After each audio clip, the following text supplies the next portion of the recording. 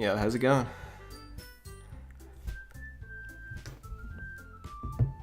Let me know if I have to balance my audio at all. I think my mic might be a little bit loud compared to the music, but let me know.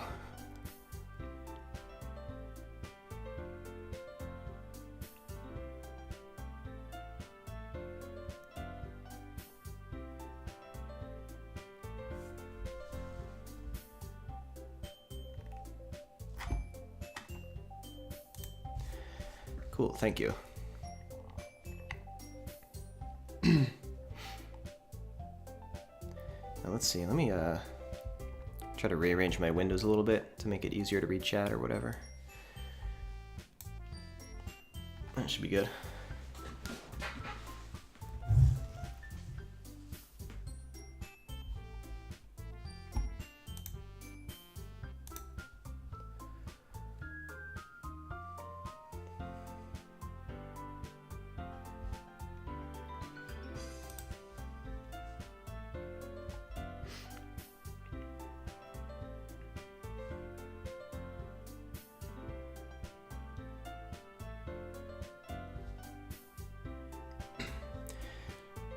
Okay, my view count is still showing up to 0. Oh, there it goes. Wow, that's a lot of people. Cool. Let's hope this goes well. Yeah, thank you everybody for joining the stream. My name is Dan Salvato. You probably know that. I think this is my first time actually like publicly playing DDLC, but I figured that given that, you know, the game's been out for a year now, it'd be good for me to kind of just, you know, give it a little playthrough, talk about, you know, how shitty the game is, whatever. I don't know. I don't really like have many plans. You can probably tell just by, I don't know, me not really doing anything cool for the anniversary and me being late to the stream, that I don't really like have much shit together right now in general. I don't know. You know, I guess things have been like pretty stressful in general. Like my mental health hasn't really been so great the past few months probably. But you know, I just I don't know, there's so many amazing and supportive people in the community, and I don't know, I love seeing all the cool stuff that you do and make every day, and I figured that, you know, I would kind of owe it to everybody to just do something small at least, so, you know, I'm here to have fun with everyone, and,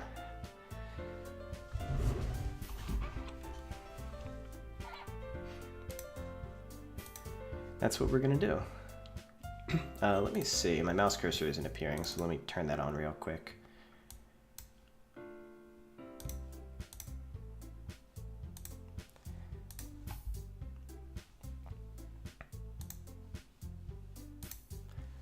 That's better. Okay.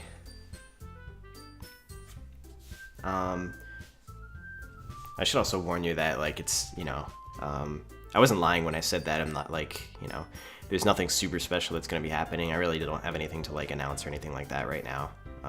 You know, I'm, like, you know, I'm, like, you know, I'm like, moving forward with everything, and, when the time comes, it will be here, but unfortunately I was just not able to like coincide it with this day or anything like that, so I don't know, I apologize for that. I'm gonna like have probably like write a blog post about this stuff as well a little bit, you know, just to give everyone kind of the update they deserve, because, you know, I know everyone's like waiting for new content and stuff like that, but you know, I'm doing my best, so that's what I have to say on that. So I apologize if you were like here or waiting around hoping for something like that, but you know, feel free to leave. I won't be offended.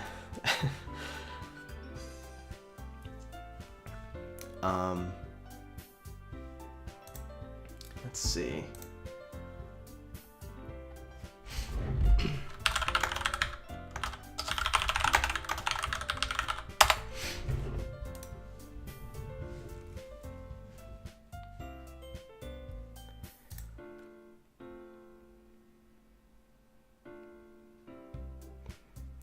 Thank you for all of your kind words.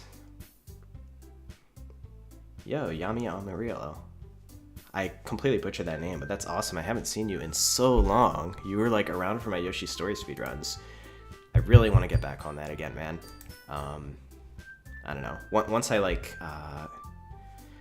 have like a proper like kind of schedule for myself, I really want to start kind of doing more regular streams, like a couple times a week or something like that, and just, you know, to do my normal stuff like speedrunning and like, you know, Stepmania, maybe some Smash. Yeah, I definitely want to get back on that stuff again. I've been pretty involved recently in like the Yoshi Story speedrun community. It's been like really active, which is great. You know, there's like several active runners, more than there has been in years, and it's just so amazing to like just see people improving their times and like, you know, me being able to help out and stuff like that. It's really amazing. So you know, if you like Yoshi's Story, then feel free to check us out.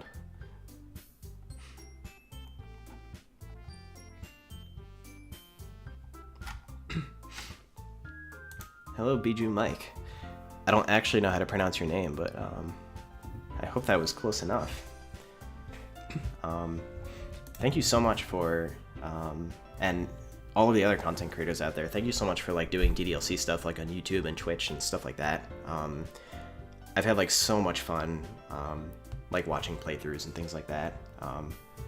You know, probably the first like month after the game came out, that's literally just like all I spent my days doing was just like watching people play through the game, and it was just like so enjoyable. And I mostly have you to thank for, I think, the community, like, you know, kind of being like getting to where it has been. So I'm just tremendously grateful for that. So thank you so much.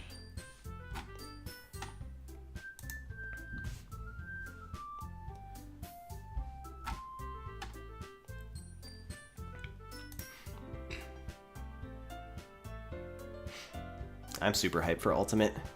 I think Ultimate is going to get me back into competitive Smash. Like, I actually want to like start traveling to tournaments and stuff again after Ultimate comes out.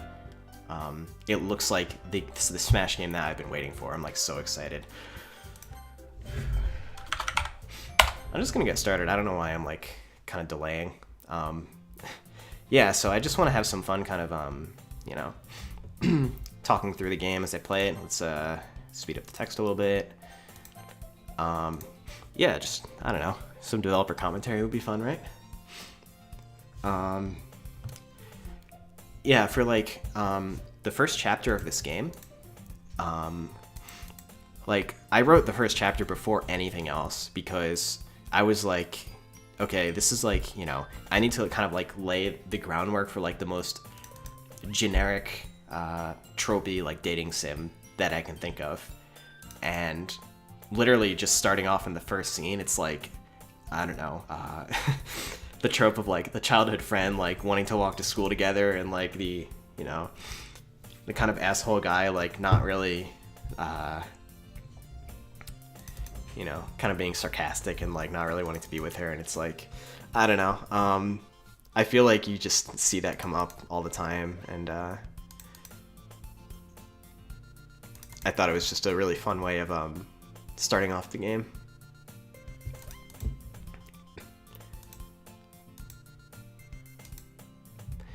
I think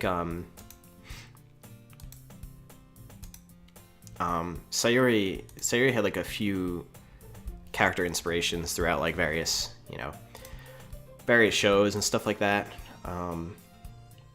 You know, naturally the characters were inspired by just like you know, like oftentimes like really tropey dating sims or visual novels, but they probably took some inspiration from like other shows that I've watched and enjoy, you know. Sayuri probably has a little bit of Yui from K-On!, for instance, you know, how she's kind of like, you know, very bubbly and like clumsy, and but when she's being goofy, it's like it's like half being clumsy, but half like she's doing it on purpose just to kind of, you know, lift everyone's spirits.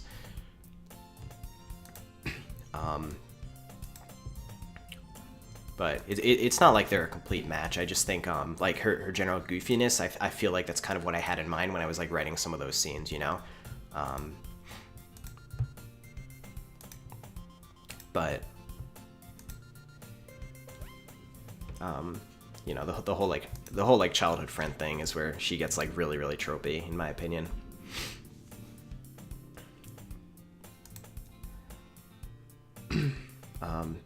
And also, there are so many freaking shows and like where, and K-On! Is one of them, where it's like, it starts off where it's like there's the club, and they like kind of need one more member for the club, and then there's like the members coming in, and they're like reluctant, and you know, they have to like take some convincing. I don't know, you see it like so many times, and half of them are probably like those, I don't know, really crappy shows that get like a, you know, like a 4 on my anime list, but they just like kind of recycle those same tropes to try to make like the, you know, appealing slice of life characters. And so it like, I don't know, it worked out like, it felt so natural like writing that as the first chapter. I'm just like, I kind of just like, I mean the first draft anyway, I sort of like plowed through this and I'm like why is this so easy to write? You know, probably because I've read it like so many times. I tried to balance out the dialogue between each of the characters so you can kind of like get a good introduction to each of them. But you know, then it's like the MC is just like, I never said I would join the club, and then all the girls get dejected, and he's like, all right, fine, I'll join the club, and then they're all happy. You know, I think like it came together pretty well, but like it's, you know, it's so completely unoriginal. But I think that's a big reason I like it. When I like started writing this, I was like, why am I having so much fun just like writing this like moe garbage? It was like a lot of fun to write. I'm just like, you know, because I was like, I had like done other writing in the past that's normally like really like serious stuff, you know, and so like kind of when I was like, you know, put that aside and like started writing this, I'm like, this is such like a breath of fresh air to just like, you know, write like the dumbest thing I possibly can. I mean, like, you know, when talking about like the first couple chapters of this game, for instance, it just made it like really easy to start off writing this.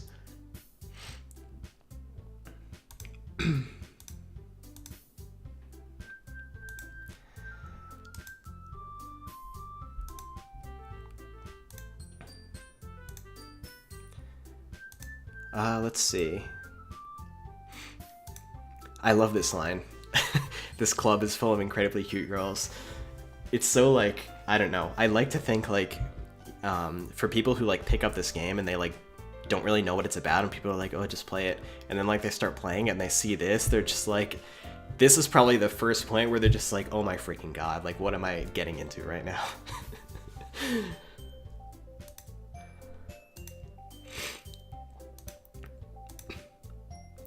Another interesting observation for like, you know, because a lot of people play this game who like don't play visual novels or like haven't like seen much anime, you know, and they don't see Natsuki as like, oh, she's like the tsundere type, you know, like that's cute or whatever, you know, like all the weeaboos like Natsuki, like her shirts sell the best, for instance, because only weeaboos are gonna like plaster an anime girl on their body, but I'm just kidding. Half the stuff I say don't take completely seriously, but you know, but people who like don't watch anime, they're just like, wow, Natsuki is like a jerk, you know, like, you know, I want to stay away from her. They don't understand the appeal, man. They don't understand the tsundere.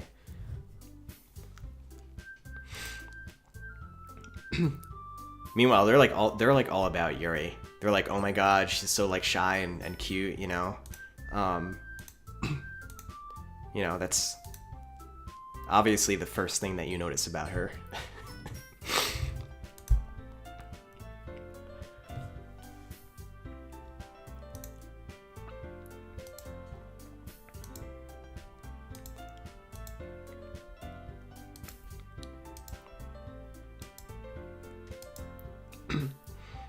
I really liked kind of writing the little banter like between the characters and like seeing their different personalities like interact with each other. I always felt that when you have like slice of life, it shines the most when you take like characters with clashing personalities and you have them, you know, you give them like interesting interactions between each other.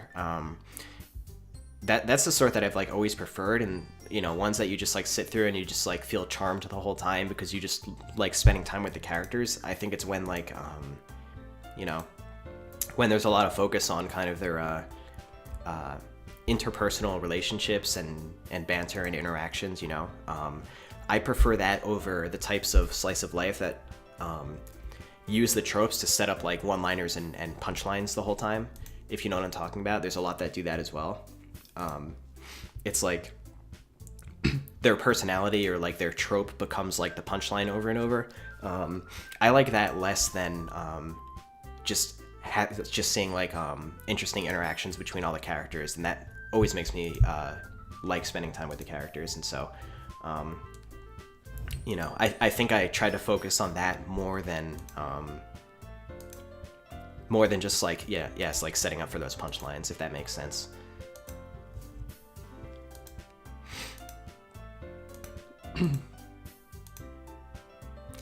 It's not like I made it for you or anything.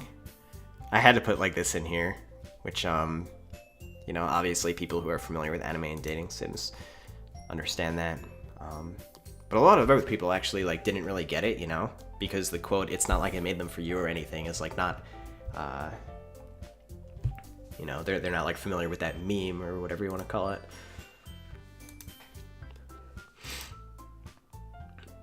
Dummy. Baka.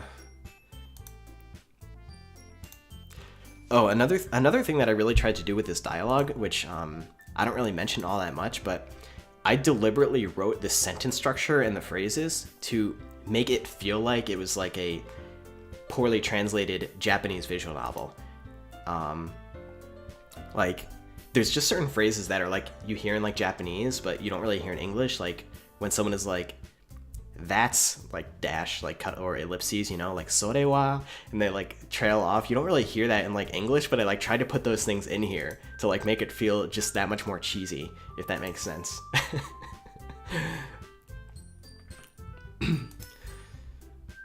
Like, right, this is a good example. That's not...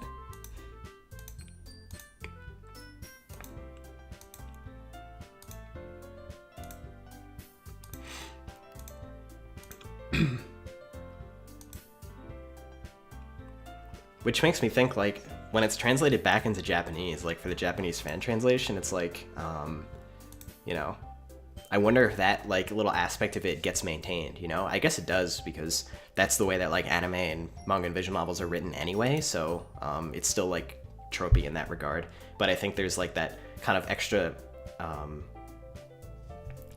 layer, you know, like that meta element, this sort of satire of like, you know, being an English visual novel that's like pretended to be translated from Japanese.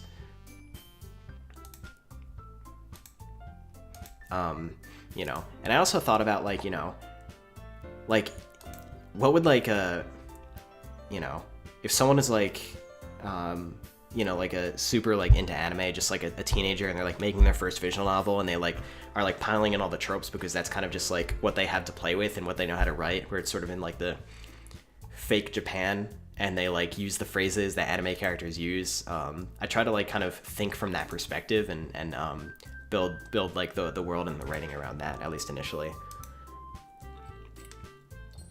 I think it was a challenge to take that approach, but at the same time make it feel like professional enough that like it just doesn't feel like total garbage when you first pick it up, you know?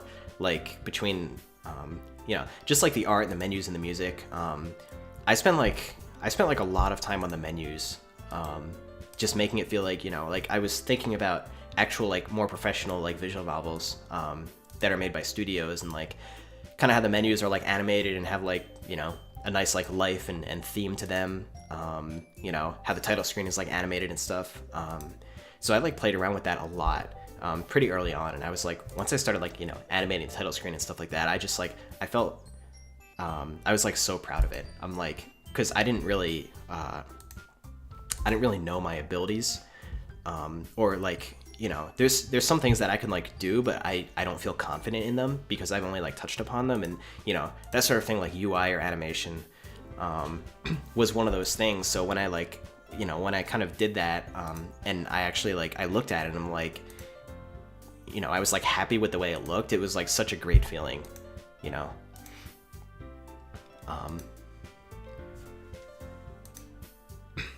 So that's one of the things early on that I just like felt really good about for this game.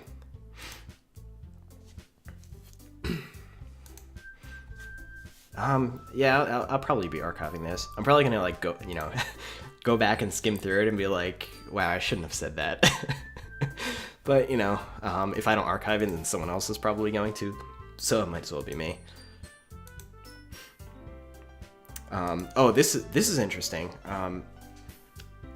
This line, when Yuri says, I've been reading a lot of horror lately, she used to say, I've been reading a lot of Stephen King. But pretty, like, just a couple months before I released the game, I changed that line because I watched the anime School Live, Gakko Godashi, and one of the characters, like, is reading, like, a Stephen King book, and that's also, like, starts off as like a cute show and then like turns into like a kind of horror, and I was like, oh my god, like I watched that show and I'm like, oh my god, people are gonna think I copied this show. So I actually like removed the Stephen King line because like I was afraid of being accused of like copying that show. That was a really good show though. It's like every episode was like so sad. That's like just what I felt throughout the whole show. So it like really captivated me for that, I think.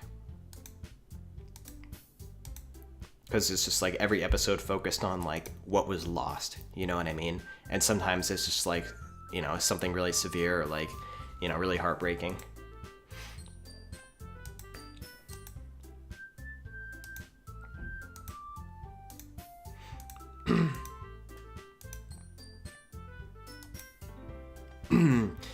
Gotta get a little physical in the first episode to,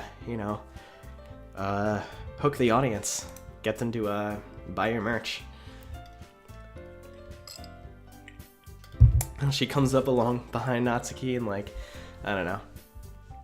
That's what I was thinking of. It's not like fan service, but it's sort of like, I don't know. It's, already giving you, like... I don't know. It's like putting one foot in the door, saying like, "Oh, like this is okay," Oh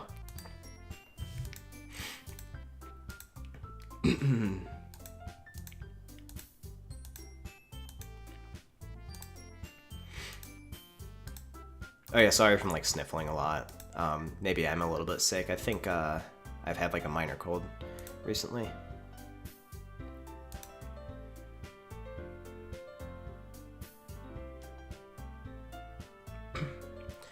How do I feel about having impacted the anime culture of this generation, or having so impacted? I don't think...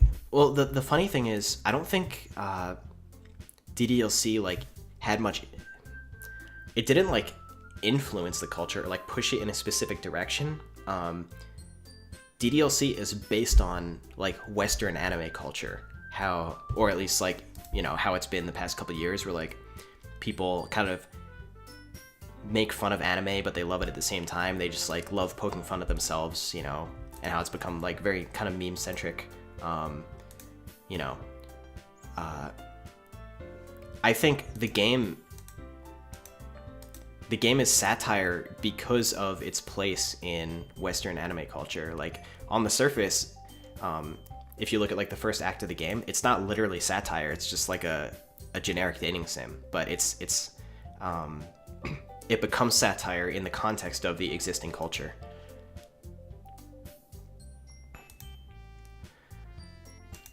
Or that's kind of the way that I see it anyway. So I like to think that the game is more based on the culture and not really like the other way around.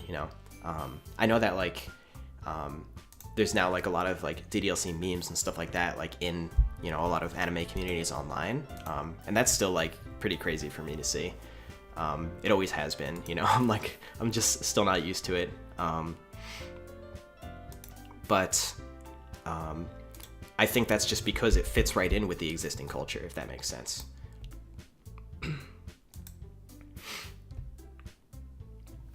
Was I inspired by Giffany from Gravity Falls? That was another instance where I saw that episode like after DDLC was kind of underway, and that probably happened with several things where I'm like, you know, I saw it, I'm like, oh man, now people are gonna think I like copied this or whatever. Actually, the same thing happened with Undertale, because I explained the plot of DDLC to some people, and they're like, oh, like Undertale, and I'm like, I don't know what you're talking about because I haven't played the game yet, but maybe I should not play the game so I can do my own thing with DDLC instead of like accidentally taking too much influence from it or something like that. So that was like,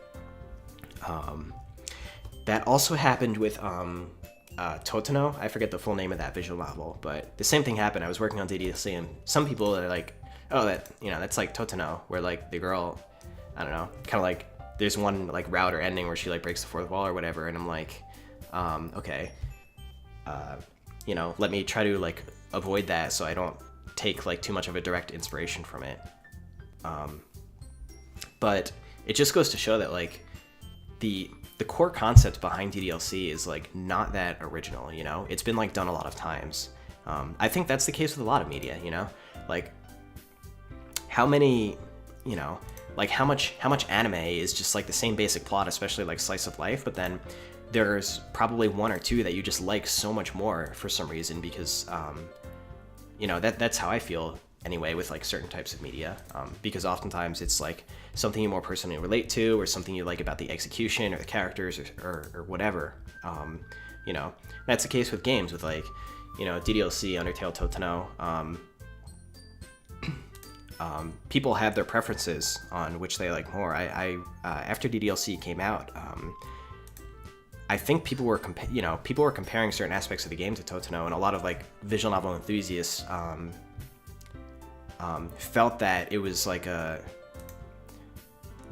I guess like I'm trying to remember because I still haven't played Totino, so like I can't draw any direct comparisons, but I think people were saying it was like a less fleshed out version where you like don't get to know the characters as much, and it seems more like it's just for like the one thing, whereas Totino like tells a more complete story. I could be wrong because again I'm just trying to remember what people were saying about it, but the point is that like yeah, it can be the same core concepts, and people just have different preferences on the execution.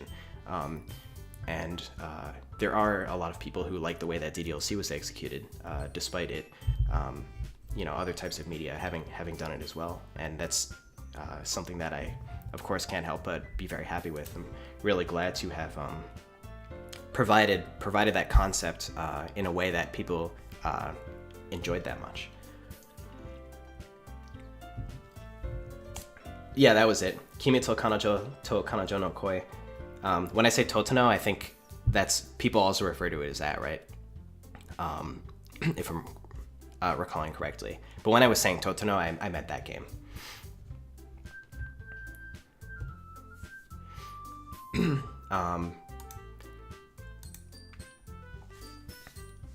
Yeah, I still don't play DDLC mods myself, and there's a couple of reasons. I think I only like, you know, I haven't really talked about that too much, but I'll just, you know, I'm sure there's going to be a lot of people asking like what my opinion is on like certain mods and things like that.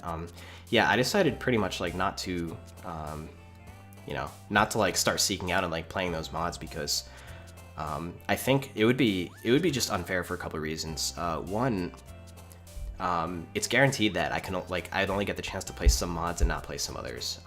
And it would be really unfair for creators of certain mods to find out that like, you know, oh, like the creator played it, so, and they put that as kind of like a stamp of approval on the mod or something like that, or try to put it like above other mods because of that. You know, I think it's like, it's not an even playing field like when the original developer starts getting involved with like the fan community. So I try to remain separate from that. The second reason is my experience playing mods would be just fundamentally different from other fans of the game because you know, like since I originally wrote the characters, I feel like the perspective that I would be going in, like playing mods, is just very different. You know, I would be in the same way I was when I was writing and playtesting the game. I would just kind of be like more critically evaluating like the character dialogue and thinking about like what they should say in this situation, and like, you know, sort of play it out more in my head. And so like it would be so much harder for me to like enjoy it because I just see the characters differently in that way, you know. And I think that's another reason it would be unfair. But yeah, in general, I think it's just you know, I love looking at the fan community from my perspective. You know, it's something I enjoy tremendously, but I think it's just not, you know, it's not something that I want to become too personally involved in, if that makes sense. Okay, what character should I go for? I'll let chat decide.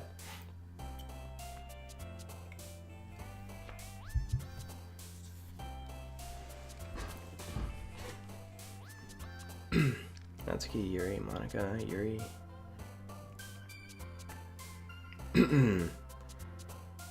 There's Mythos, can you make like a straw poll or something? And just like spam the straw poll in the chat? I think that's probably the best way of doing this, because I'm not able to read it like from the actual chat. And I'll just do that, you know, make a new one every poem mini game.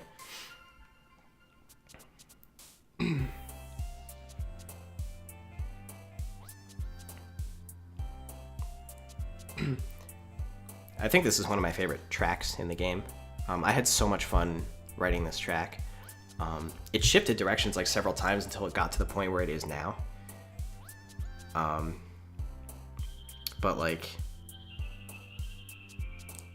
I just feel like it's so, I don't know. For some people who like spend a lot of time on the poem minigame, like I feel like it's a good track to kind of have on loop. Thank you, Mythos. Yeah, go ahead. Vote in the straw poll. Let's see which character comes out on top. Oh my god, I opened the straw poll and I'm like, wait, where's Monica? I forgot. Oh my god. That's so terrible.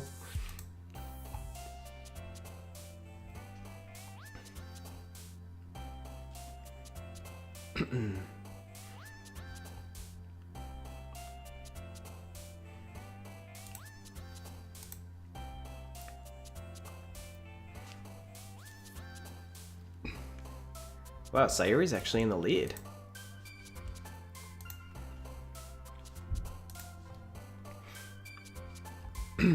That's actually pretty surprising because, I mean, like, you know, in the most non-mean way possible, and like when I've done polls in the past or like other analyses, Sayuri is like almost never on top. So I'm always glad to see her get some love.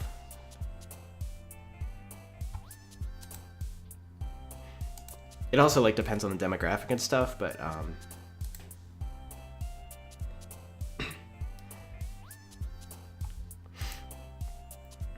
right. That's enough time. You can stop spamming Mythos. Let's go for Sayuri. So, oh man, let's hope I remember which words to pick. Well, this one's pretty obvious. That one's pretty obvious.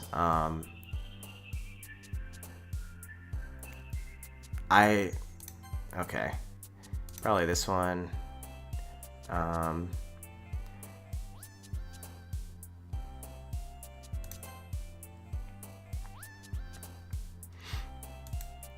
There are probably like people who are better at this than me. It's 8 out of 8 so far. Oh, I messed up. That's all right. Messed up again. Oh, I actually knew that one was Yuri. Oh well. That's Sayuri. That's Sayuri.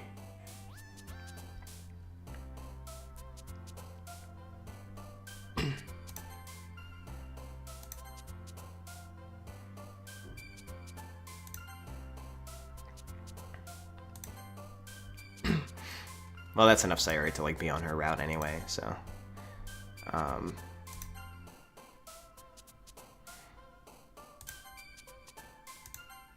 Okay.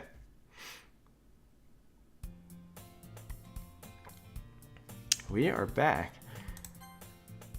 Whoa, where did all these save files come from? Those must be from like playtesting in the past. That's funny.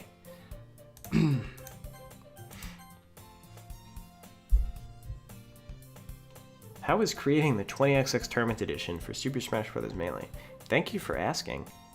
I love when I'm like at conventions or like, you know, like doing autographs or whatever, and people are like, yo, I love the stuff that you've done in Melee. I'm like, yes, boy. Like, you are part of the club, the real club, not the literature club.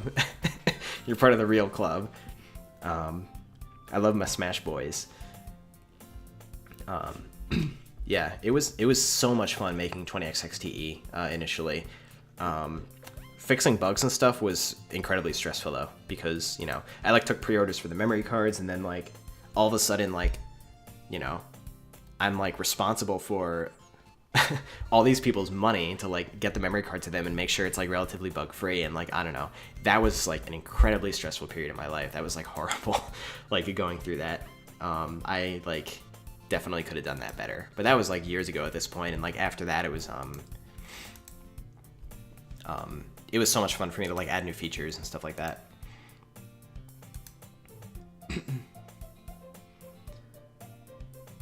Yeah, I'm gonna be getting Ultimate. I'm probably gonna try playing it competitively as well.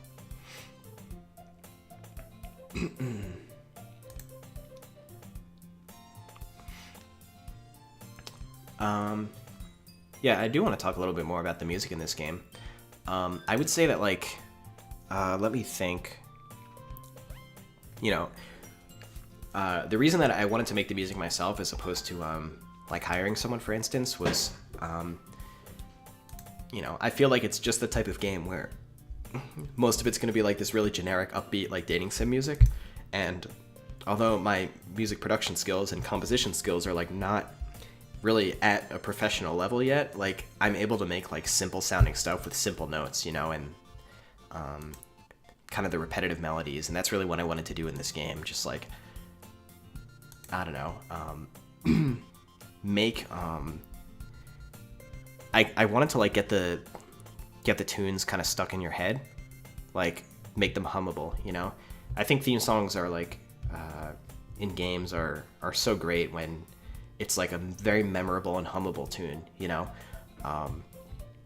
Like especially after you're like done with the whole thing, and then like you're kind of reminded of it, and you hear like the first few notes, and it just like kind of like brings all the feelings back, you know. That's happened to me with like certain movies and certain games, you know. And so I was like, I thought that with my kind of, you know, very simple writing, I would be able to do that, and like repeating motifs throughout the game. So that's kind of what I had in mind for that. I'm like, okay, well, I have that kind of approach that I want to do with it, and since my skills are at least good enough to do that, like, you know, I feel like I should be able to do that myself. And I have like a lot of scrapped, you know, like tried to start certain songs, and like it just didn't really happen because either I wasn't good enough or like the idea wasn't good enough. So it took me like a lot of tries to like get the songs in the game that I have now. But I'm overall happy with the way that they turned out.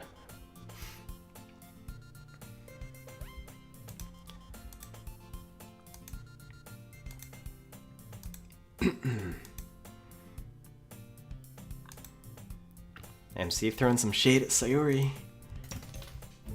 Of course, because she's like the ditzy childhood friend, and he's like, oh, you can't do anything right. And she's like, hee hee hee, I love you even though you're an asshole.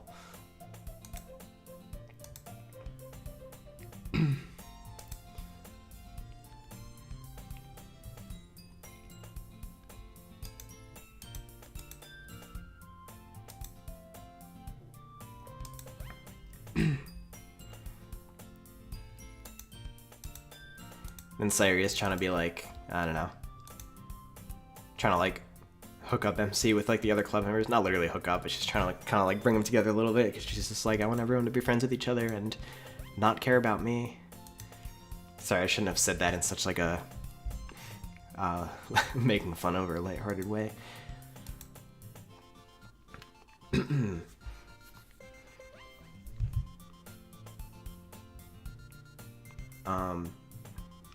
Yeah, I mean, I wanted to go to Otakuthon this year, but it just,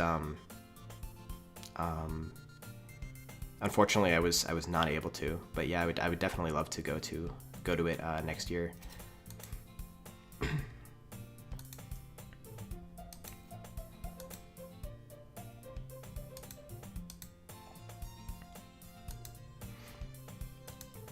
And here's MC just like smooth talking his way through every situation. His personality just changes depending on the girl he's talking to, because that's another thing where it's like in, in like these dating sims, the MC is like a total blank slate who like sort of has his own personality, but like he just, he says whatever is like appropriate for the trope of the character he's like talking to, So it's like, oh, the childhood friend he's like kind of mean to, the shy girl he's just like really like encouraging and like, like, I don't know, compliments them and stuff. And then like the tsundere he like teases, and then of course like the class star, that's when he gets like all like nervous and awkward.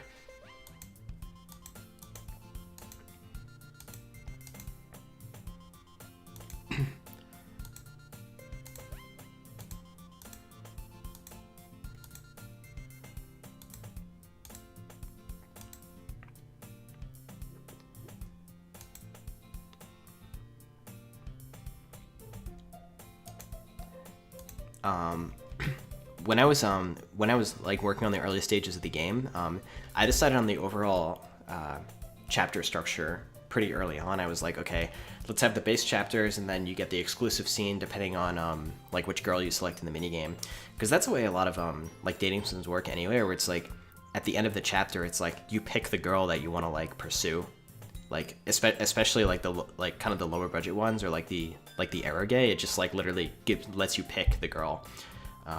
So I was like, let's make that a little more interactive and do like the poem minigame, and just kind of integrate it a little bit more into the linear story. So I had like, base chapter, and then like put the exclusive scene in there, and then the poem responses, and then like the chapter ending, and I was like, okay, let's do this a few times. So the poem responses was something that I was actually like, that I was working on completely separately from like the rest of the storyline. I had like the poem responses like files, and just every now and then I would like add some more poem responses for the characters, and like just get those, where I wanted them. And it was easy to do it that way because I can like reference their responses from previous chapters and make sure that like, they're like, oh, this is better than yesterday's. That like, was easy to have that all self-contained and like work on that individually. To like make sure it had that sort of continuity. And then as I fleshed out like the main story more, I was able to go back into the poem responses and like make some changes to make it a little more coherent with the main story as well.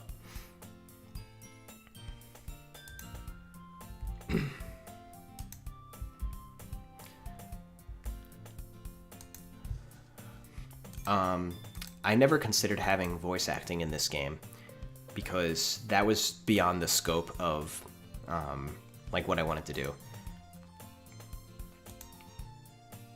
I decided pretty early on like what this game was going to be and like how much effort it would take, which I think is really important when you work on these projects. Like you need to realistically assess everything that goes into it and make sure that like it's something that's feasible to do within your budget, within your skill level, and can be like released in a reasonable amount of time. And that's what I did with DDLC, because, it could have been, you can come up with like a million things that could have been done either differently or could have been added to the game, and there's certain things that, if I decided to work another year on the game, for instance, I'd probably come up with more content that I would, feel like adding in there, but that's just not what I decided the scope of the game to be, and I focused on like doing the things that I just wanted to do with it.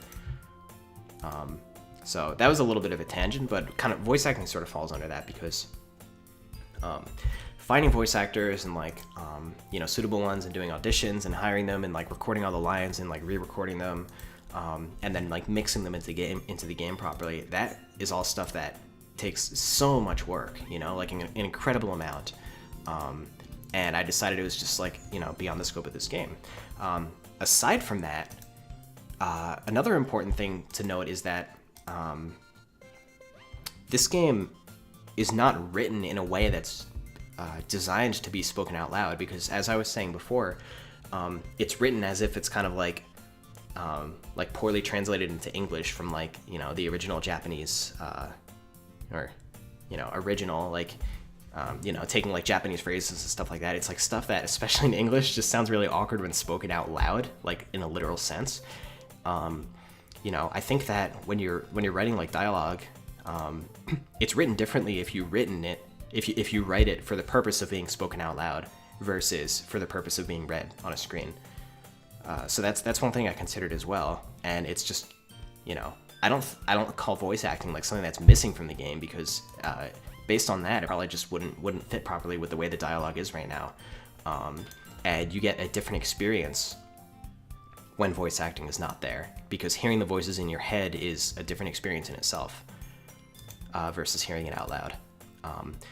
That is why at the end of the game, when you hear Monica talk, and of course like sing Your Reality, I like, my first thought when I decided to do that was like, this might not work well, because people are going to have their own voice for Monica through the entire game, like in their head, you know, or just not have a voice for her. And then they finally hear her talk and they're like, oh wow, she sounds like so different from what I imagined, you know? And there's sort of like a disconnect there. And I was afraid that would kind of like ruin the moment. And for some people, like they definitely experienced that. But I was like, you know, I was thinking like, okay, like I understand that downside, but it's a sacrifice that I feel that I need to make in order to like kind of make the ending the way that I want to make it. So that's definitely something that I thought about. Do I have tissues down here? I do. Sorry. I'm going to mute my mic while I blow my nose so you don't have to hear that nastiness.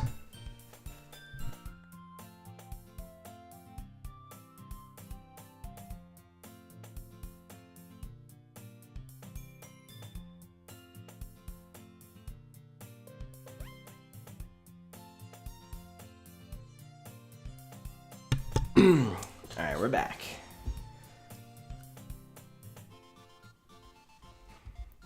Oh yeah, and also like hearing all the content creators like silly voices, or not always silly, but sometimes they actually brought in like their own like kind of friends to do the voice acting, or if it was like multiple people playing through it, they like did different voices for each of the characters. That was like so much fun, you know.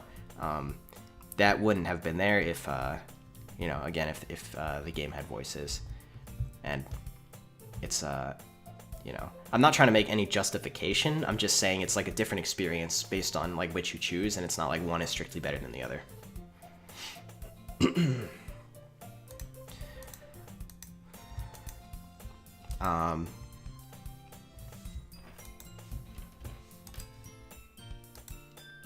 Maybe I should be talking more about like the actual content of the game. I keep getting like sidetracked because it's like all this random stuff that comes to my mind. With the exclusive scenes, I think Sayori's was probably the most challenging, because Sayori's one-on-one interactions with MC have to be in the context of them having like been best friends since childhood, or at least like good friends since childhood, you know. And you know, it kind of implies that they like lost touch a little bit recently, but the point is that like they have this whole history together, and so they fundamentally treat each other differently, and they make references to like things they already know about each other, you know, and like past events, and like a lot of that stuff was like, you know, kind of difficult to come up with, even though it's all like pretty simple stuff. It's like when you're thinking about their dialogue interactions, like you can't just kind of do as much of whatever you want as you can with like Natsuki and Yuri, who are like who are completely fresh to MC. You have to like put a lot of thought into how to make them feel like they've known each other for a long time. And you know, with this scene here, you know, I sort of wanted to like, I mean, like you're going for Sayori because you picked her in the poem minigame, or maybe that's just like the result that you happened to get. But the point is that instead of like, you know, MC just being strictly mean to her, like I tried to kind of show that like they're a good balance for each other, you know, where like, you know, Sayori like looks out for him and he looks out for her, and they both like complement each other in different ways, if that makes sense, you know.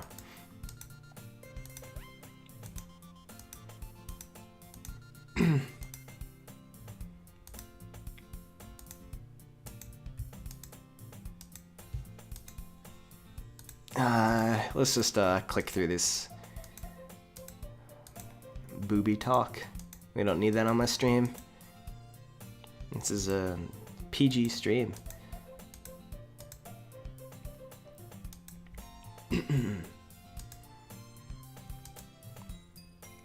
I didn't like it was actually really funny because that CG specifically, what is it? Before the game came out, I like printed some CGs on like some postcards and like handed them out at like a local convention, and I just completely didn't realize that out of context it looks like he's like unbuttoning her shirt. And I'm like, oh my god. And that was the one that people took the least of, most likely because they don't want to have like a, you know, such a lewd scene on display. In context it's like obviously not as bad, but it's still like sort of, you know, the imagery is like, you know, a little bit fan servicey, I guess.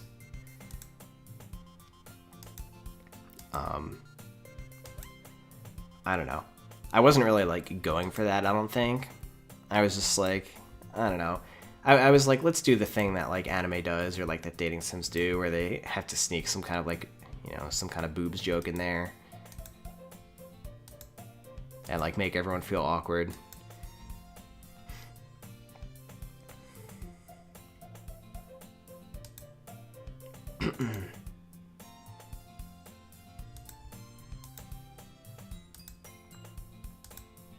I love when Monica just like flies into the scene and like just interrupts whatever's going on. You know, and of course in some of the later exclusive scenes she like does it on purpose to basically like, I don't know, break the romance between MC and the other character. It's just, I don't know. It was always fun like kind of throwing that in there because the reader is like, yes, it's happening, and then she just like swoops in from the side and they're like, oh my god, come on, Monica.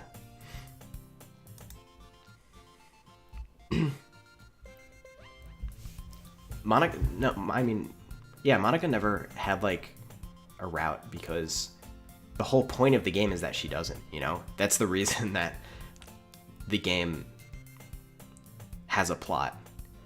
The plot is centered around the fact that she is not obtainable.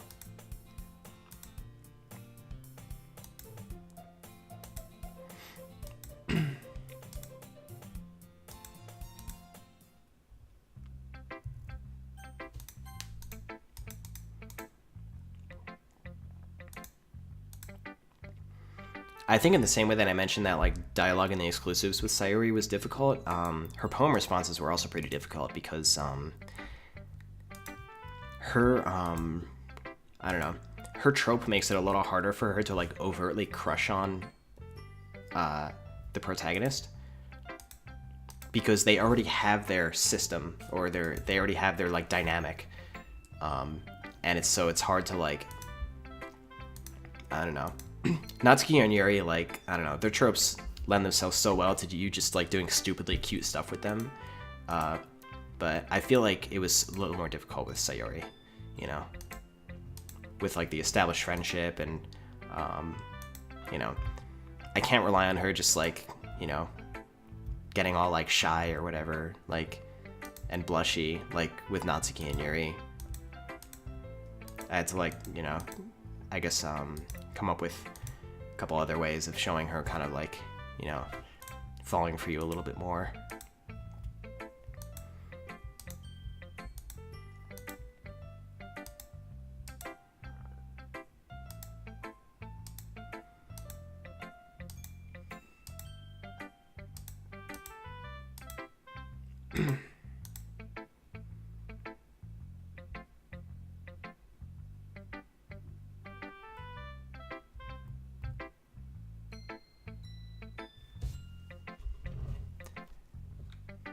Hive Nightly, if you're looking for shirts, we recently launched a bunch of t-shirts with for fans by fans, which is basically like like licensed fan art that's being provided on merchandise. There's some like really awesome designs that they do, and then the official online store is like fairly soon getting like an overhaul, and that's going to include some nice shirts as well. And these are things where I'm like, you know, supervising and like approving all the designs. And I'm like very happy with them. And then finally, there's like, you know, one or two other things for the future as well. That's like a few months away or whatever. But those are the things that are most immediately happening. If you want, you know, if you're looking for shirts like right now, then definitely check out For Fans by Fans. They have some like really great stuff.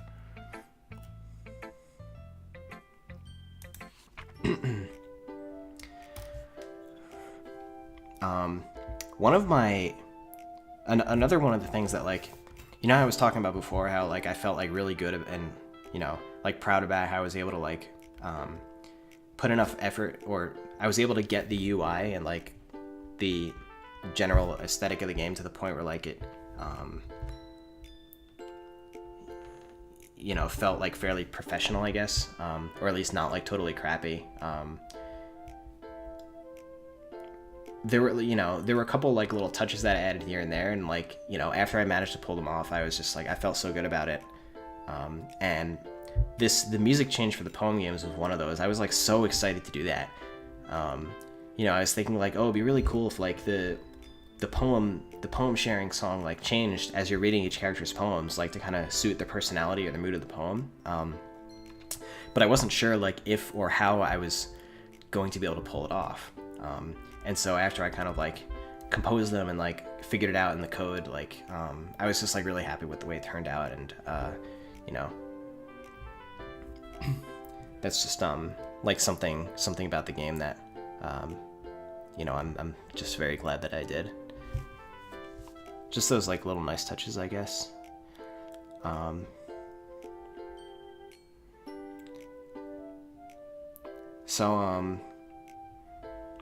I think, yeah, from Sayori's first poem, there's already, like, the poem is basically about her depression, you know? You don't really, you're not going to see it that way until, I guess, you really understand that about her, but, it's about her, like, you know, finding the motivation to get out of bed in the morning. If it wasn't for you, I could sleep forever. Or maybe she's talking about the protagonist. Maybe the protagonist is the sunshine. Who knows? And it's open to interpretation, or whatever. Yeah. And then the "I want breakfast" line at the end. You know, that's just a little bit of silliness that I had to put in there for her.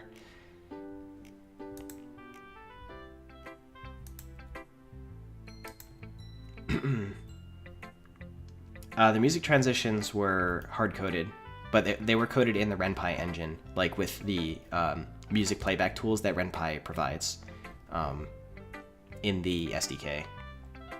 So it was like during the showing of the poem, I used Ren'Py to take the current music position, and I fade that song out on one channel and start another channel with the poem song and fade it in, and take the same position that it like noted at the start of the fade out, and then the other channel like fades in at the same position as its starting point. So that's something that like Ren'Py made fairly easy to do. By easy, I mean like it did a pretty good amount of the work for me. But I still had to like figure out some logistics surrounding it. It ultimately wasn't that difficult to do.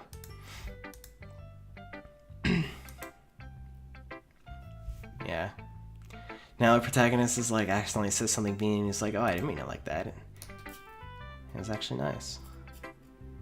He's like, I don't know. I like when he catches himself like being too mean. Or like he like has trouble like really complimenting her, I guess. I don't know why, because like sometimes you just develop like a dynamic like in your friendship that you've had for like a long time, and then like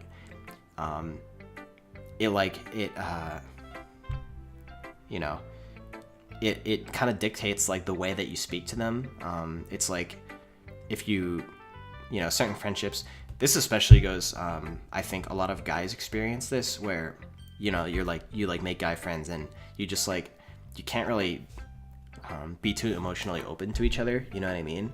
So it's like, you know, it's like, can be harder to like compliment them on something, or like, I don't know, something along those lines, and you sort of like beat around the bush, or you turn it into like a way of like, you know, teasing them in some way, or like joking about it, just to like kind of get out like what you're trying to say, you know. I think that is how the protagonist is with Sayori. It's like he can't just be direct with her because he already has this like established way that he is with her, and it takes him a long time to change that and start like really saying what he wants to say.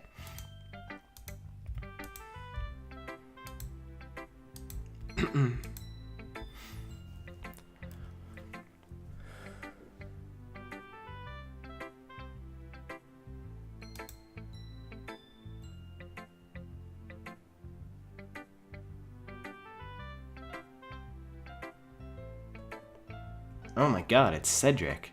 Yo, thank you for stopping by. Cedric's like a friend of mine from college. I haven't seen you in forever, man. I'm heading back to the East Coast like in November, and then again around Christmas time. So like if you're around either of those times, then please hit me up. Like I'll probably be in the New Brunswick area too, so.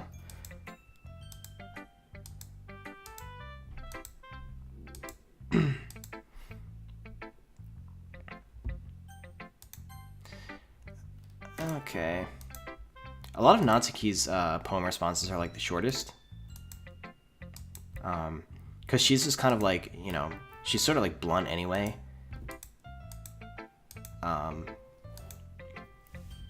So, and then, you know, Yuri kind of like, a lot of her dialogue sort of like drags on a little bit. Alright, I think we need to talk about this poem a little bit. I like, you know, I wrote this and I was so hesitant about it. I was like, this is way too like simple kind of, and like, I don't know, like too easy, if that makes sense. Like Natsuki is definitely a better writer than this, and so like, do I really want it to be like that? I don't know, like bad, if that's where you want to put it. And so many people like made fun of this poem so much when they read it for the first time. Oh my god. And that made me feel like even more self-conscious about it. In the end though, I think I think because of that, it ended up like standing out a little bit more, and people remember it because of its simplicity.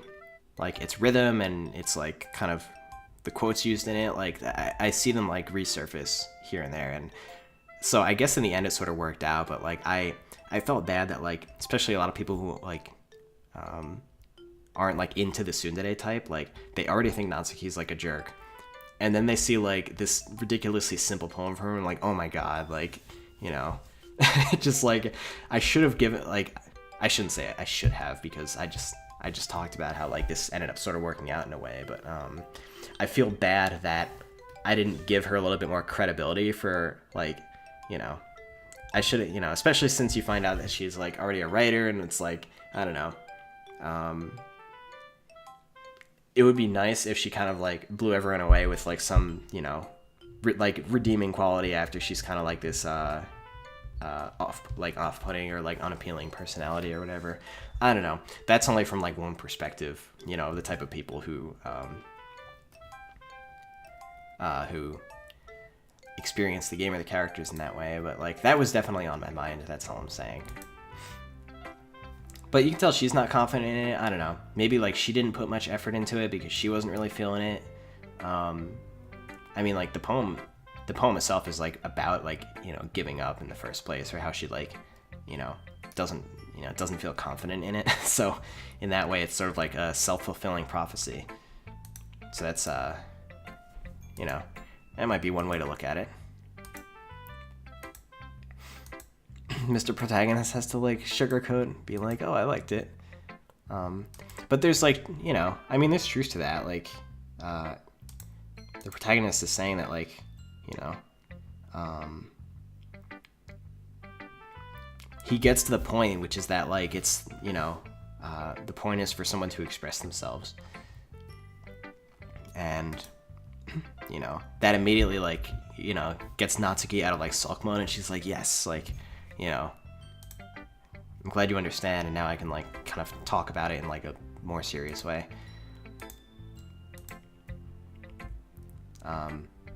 I like when, you know, not, you know, Natsuki so often gets like the short end of the stick, no pun intended there.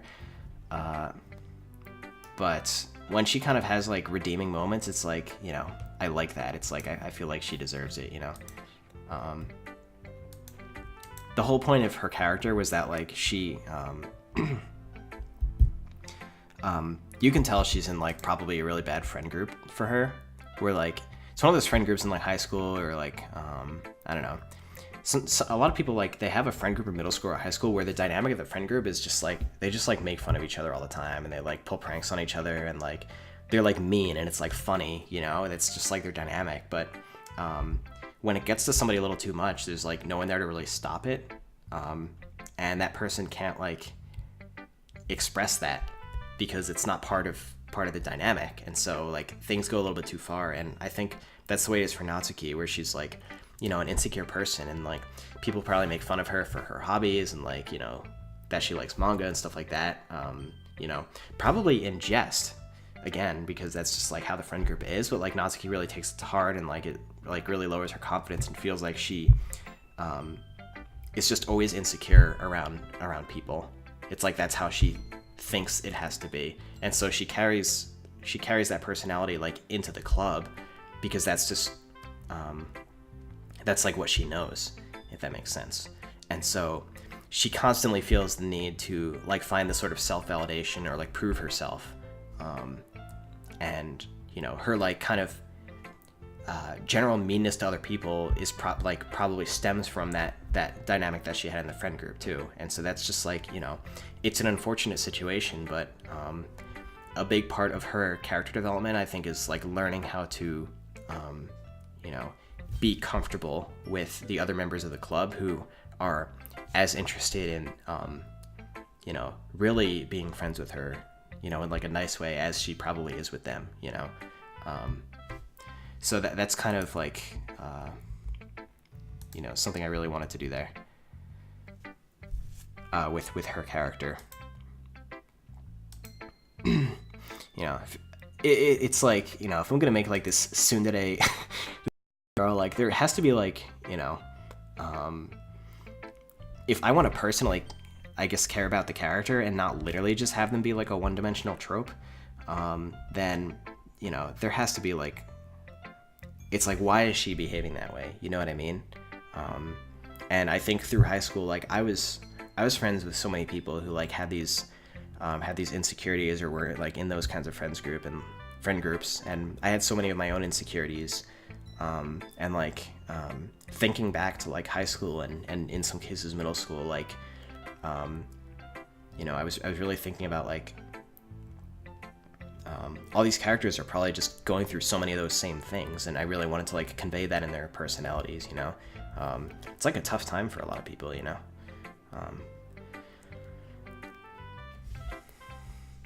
I think that's how it is for most of the characters in this game.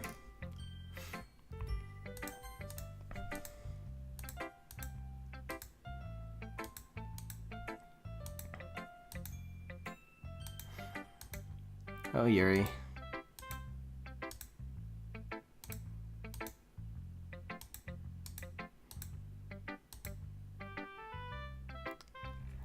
That's some shade right there.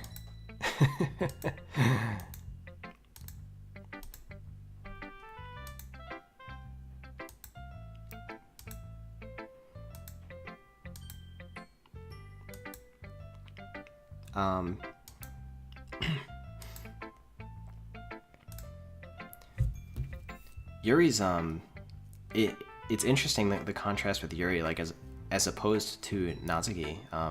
You know, Yuri has a ton of insecurities as well, and she's like so afraid of being disliked for her interests, and she's so afraid of like speaking her mind or putting her thoughts into words, because She like doesn't want to come off a certain way. But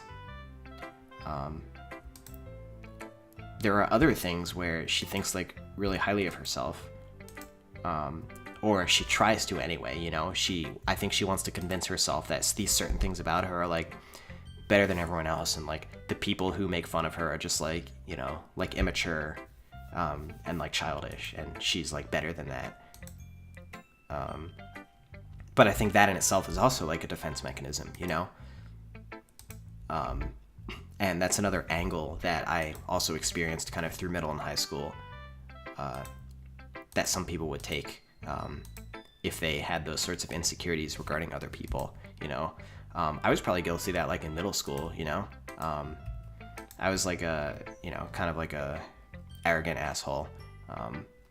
Probably more in my own head, I mean, you know, because like outwardly I was like a super like awkward weirdo who like didn't understand like social situations and stuff like that, you know, but in my, you know, so like when I didn't fit in to social situations, in my head I was like, oh, that's all beneath me, that's like immature garbage, you know. It was like, I don't know, it was, you know, it's like some pretty strong chunibyo. But I think I took some inspiration from that, like for Yuri, because she's like in her head so much, but outwardly is like actually so afraid of being disliked.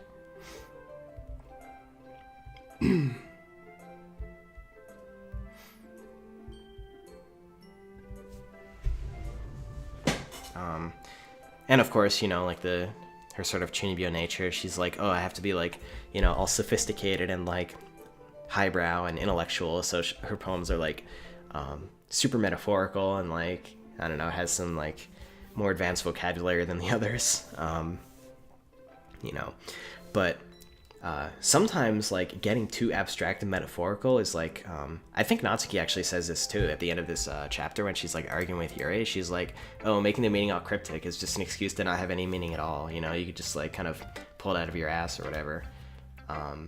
You know, Yuri's like probably not doing that, but I think like being like, you know, the point is that being abstract and metaphorical doesn't directly equate to like being more skilled, if that makes sense, even if that's like what Yuri wants to believe, you know.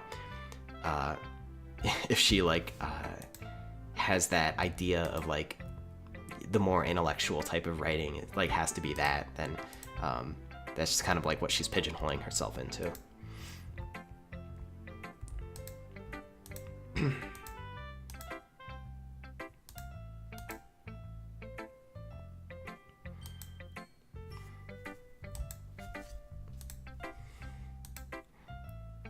Ooh, the poem was too hard for you to understand, because I'm such a good writer.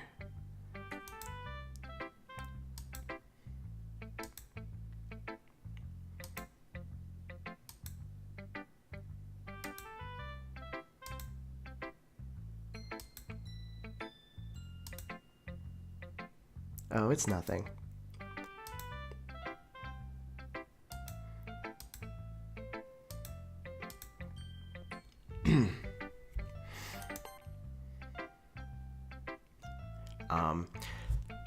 Monica was really fun to write during the poem responses because her responses are like,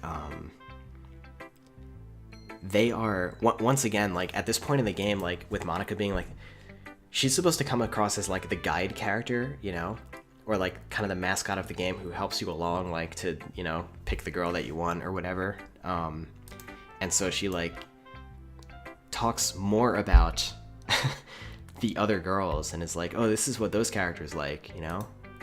So, you know, you seem to be getting along with them and stuff like that. So she's kind of like the tutorial character, if that makes sense. And that's like the way that her dialogue is framed through this.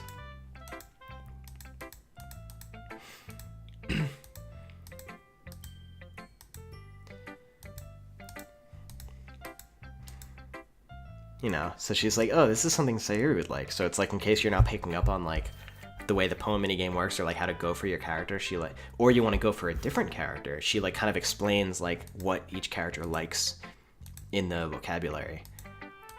And she teases you a little bit. She's like, oh, do you like her? And stuff like that. And she gets like more intense with that, like if you keep going for the same character, you know, because she's like starting to get jealous. It's almost like she understands her role as club president and thus being like the person who's like leading you through the game, but she's like also having a hard time like holding back her jealousy or her envy of the player getting so many scenes with all the other characters.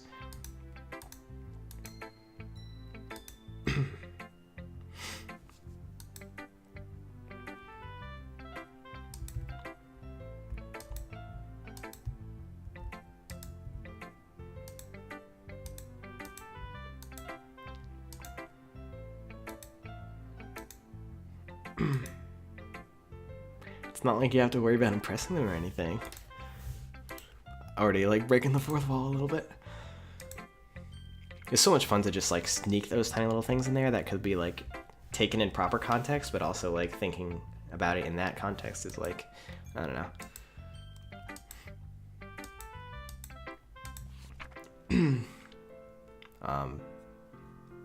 And of course it's obvious enough that like all of Monica's poems are about, you know, her like epiphany or the situation that she's in. She says that directly to you, I think, in Act 3 as well.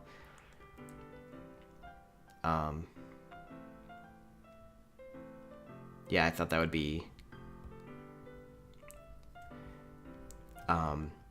really interesting, where like she never really talks about what her poems are about. Like the other characters, like, you know, it's kind of more obvious what they're about, or they at least explain it, but Monica's like, you know, when the protagonist is like, oh, what's it about? She's like, oh, well, you know, it's just like kind of about this feeling that I had or whatever. He's like, what's the inspiration? And she's like, you know, I had some kind of epiphany. You know, that's pretty literal, but she obviously like doesn't go into more detail than that. And she kind of hides it behind like, oh yeah, like, you know, I don't want to get like too dramatic, because when you just make friends with someone, you want to ease into that sort of thing. You don't want to like dump all of your emotions onto them like right after you meet them. You know, because it's not like the mutual rapport that can be good for building friendships, and Monica's conscious of that. Or that's the way that she's framing it anyway. Really, she probably just like understands that her best chance at getting, you know, what she wants or needs is to play along with the game a little bit more and like kind of find her chance and like just learn a little bit more about what's going on. So she doesn't want to like jump right into like, you know, breaking the fourth wall and like ruining the player's experience along the way. Here's something that's very interesting. So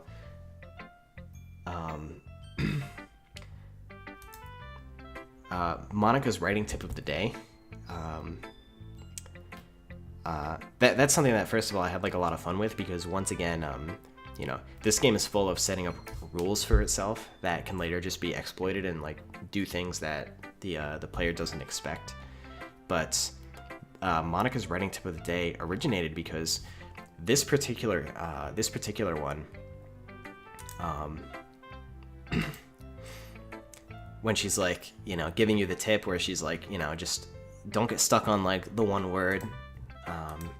You know, if you keep your pen in the same spot, you get like a big dark puddle of ink. So just move your hand.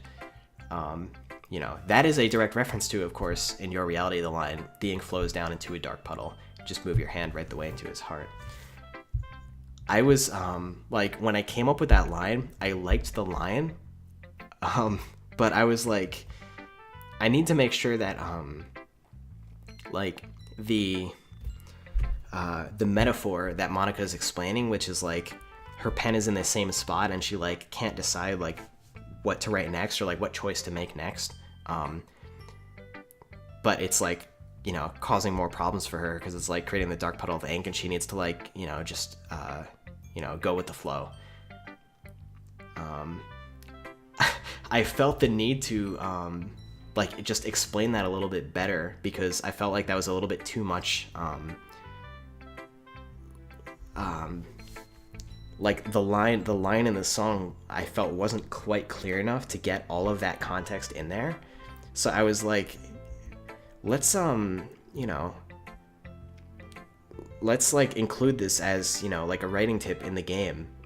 And that's when I first decided to have like Monica's writing tip of the day, and have it like a recurring thing that I could like do other fun things with as well. So that's just a little interesting fact.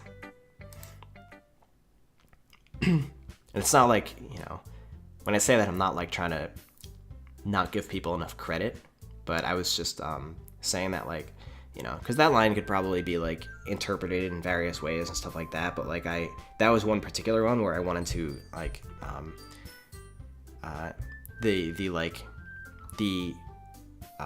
picture, the image that I had in mind for it, like I wanted to be able to better share that a little bit, and a cheap way of doing that was to just kind of like explain it a little bit better in the game itself, and then allude to that in the song.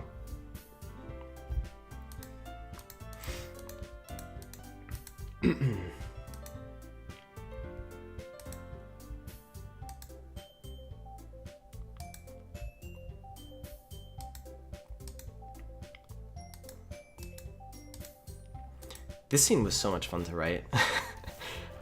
The little argument scene, and it's like, oh, like pick the girl that you care about more, that you want to like, have a better chance with or whatever.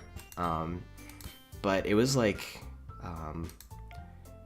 I really liked the dynamic between Natsuki and Yuri throughout the game, because they are both they both have like these flaws or insecurities, but in just like different ways. And I always felt like they could like learn something from each other, if that makes sense.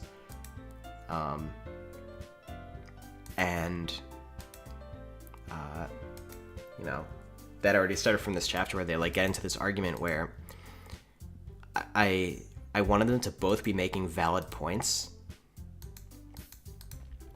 but neither of them like actually agree with each other, because again, they're sort of pigeonholed into that one mentality about poems.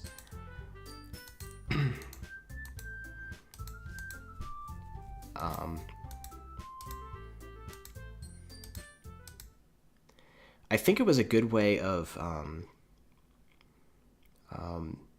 like more outwardly expressing like characters like having flaws,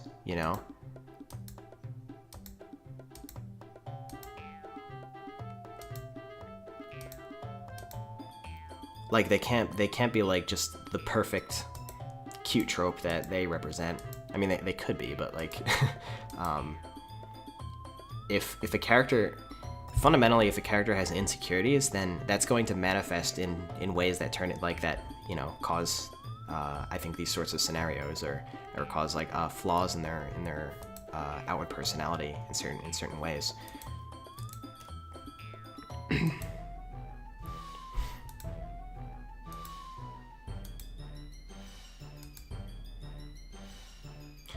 Oh, this song was also like so much fun to write. I think I didn't have this scene written yet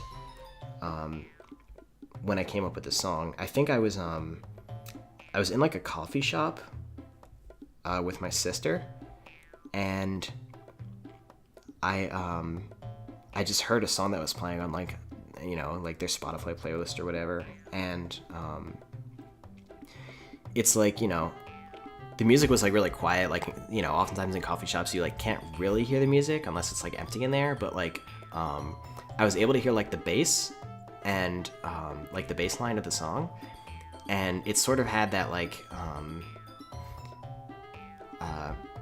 a similar feel to like what's in this song, and so like that was like playing in my head like on the way home, and I ended up kind of just like extrapolating that into like more of a song, and I'm like, oh, this is such like a silly sounding like bouncy song that is like it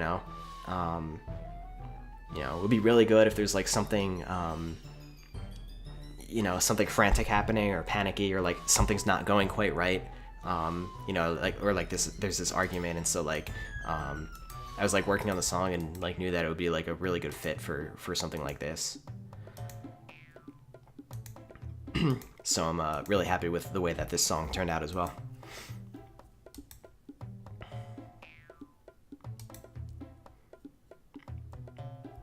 No, the name wasn't based on Doki Doki Panic. It was just based, I don't know.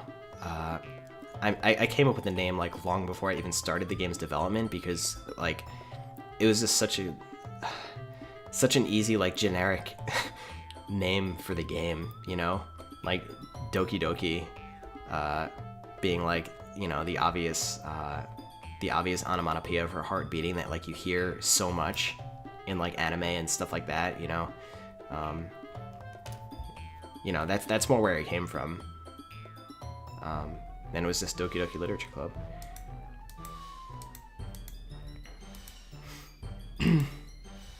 Yeah, so of course, like, all of a sudden for the argument, they like talk to they like turn to the protagonist, because they're both like trying to, I don't know. They're both like, well, he's, you know, he was like flattering me earlier, and he understands me, so let's like make him decide. It's like you gotta pick your girl, because they're like fighting over you. Not literally, but that's almost like that's like the way the scene is set up. It's like the two girls are like fighting over you, and you have to like pick who to go with, and then you have like Sayori as your cop out. So I guess we haven't decided who to go for yet for the next chapter. But I guess since we picked Sayori for the last chapter, I'll pick Sayori here.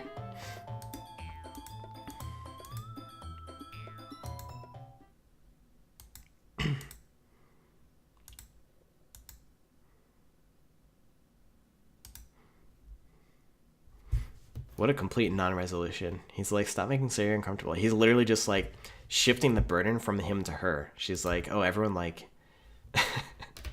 you know, well, I don't know. He's just like needlessly involving her because he's like, doesn't want to deal with it himself. Kind of a crappy thing to do, but of course it magically works out in the end because it's a romance game and the protagonist can't do anything wrong.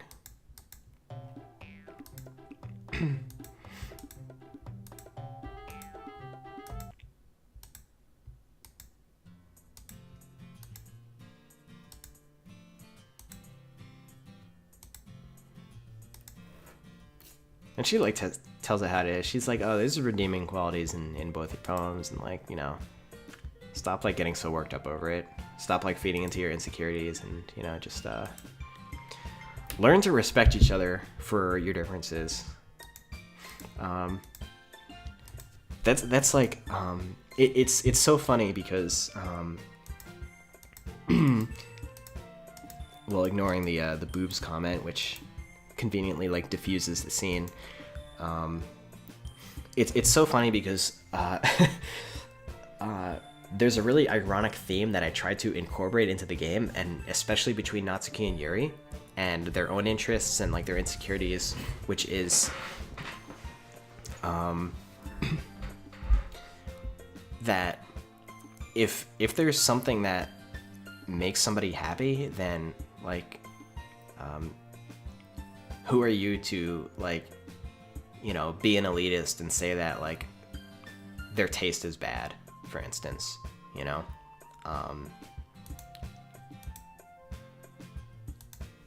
It's like, yeah, respecting, you know, even if it's something that you don't like, or even if you want to look down upon,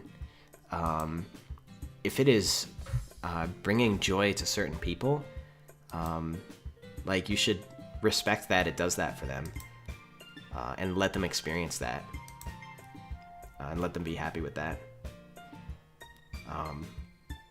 The reason I said it's ironic is here you are playing this like super generic like moe dating sim, and it's almost implying that that there's like you're most likely playing this game to make fun of it, or at least that was like kind of half the audience coming in, like you know, that was the satire of the game, to make fun of it. And here's this theme that's kind of like telling you that that the people who actually enjoy those sorts of dating sims, you know, or spending time with fictional characters or watching anime or whatever, like, if they are enjoying that, then, like, don't put them down because you think that it's,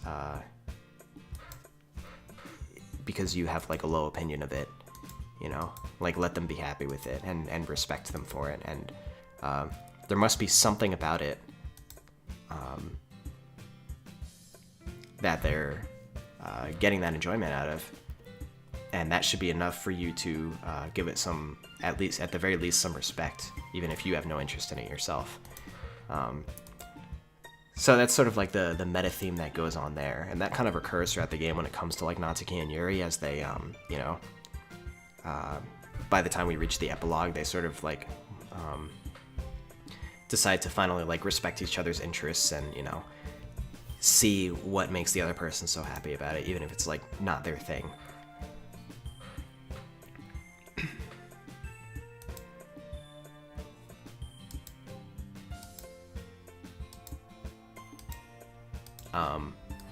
It's just, you know, it's I can't help but think back at like, you know, when I was in like middle school was around the time where like, I grew up playing Nintendo and I loved Nintendo, you know. There was just, there was like so much charm and magic behind like all these Nintendo games, and that continues to this day, where like a lot of their games, like it's hard to not like just smile while I'm playing through, because there's like, I don't know, there's some kind of amazing charm to me behind them. But it was around middle school that like people started like being like, oh, you're like still playing that like that baby shit, you know, like it's so like cartoony and it's like for babies. You gotta play like Call of Duty and like, you know, Madden, and I don't know. They were like, you know, it's when guys were hitting adolescence and they started becoming like probably more protective of their masculinity, and there's this disconnect because I loved Nintendo and, like, you know, I had a GameCube and I just loved like, you know, Nintendo games and Mario and all of that, and people are like, oh, that, like, you know, that stuff sucks, that's for babies, and that's obviously like a really direct example of that sort of thing. But it's like, you know, it's just like, come on, like, it, you know, makes me happy, just like let me enjoy it. But of course, I wasn't any better back then. I thought that I was better for liking Nintendo, and that they, like, you know, they had bad taste and they didn't understand, like, you know, what good games are or whatever, you know. So I was just as elitist as they were, but I didn't have that sort of ammo to use against them, I guess, in the same way.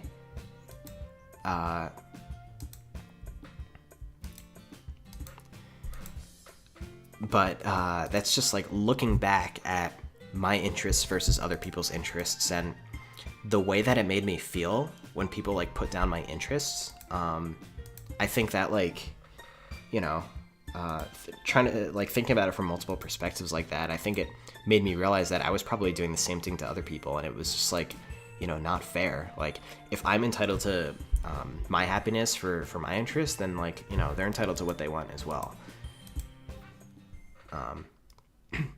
That was like I guess a really long monologue about that, but it's just like, I guess something that I cared enough about to like put as like a recurring theme in this game, and so that's just why I wanted to like talk about it a good amount. Thank you, Mythos, for that straw poll. Who are we doing next?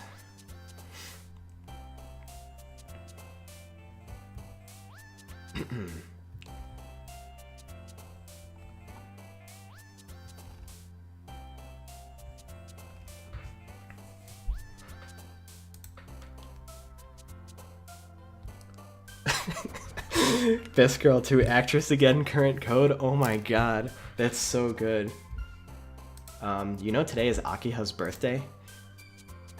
Akiha was my OG waifu. Tsukihime was the first visual novel that I played.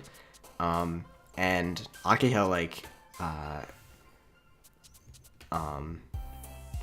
like meant so much to me. You know, where I've always had like a lot of empathy when it comes to like fictional characters, and so like I don't know, like her story just like hit me so freaking hard, and like she was you know, she felt like a motivational person to me. And it is 100% complete coincidence that DDLC came out on her birthday.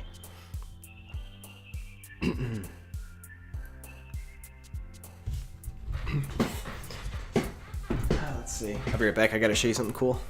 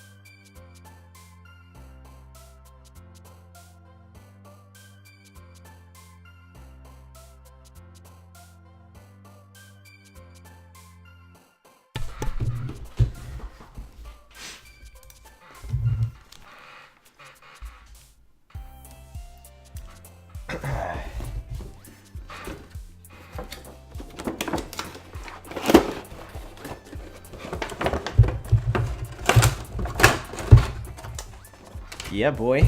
Check it out.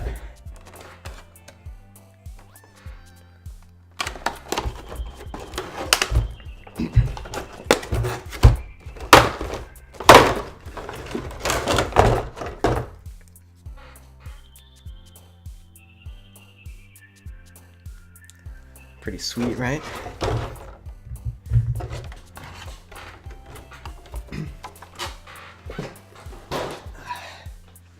I think I dropped the stand on the floor. Hold on.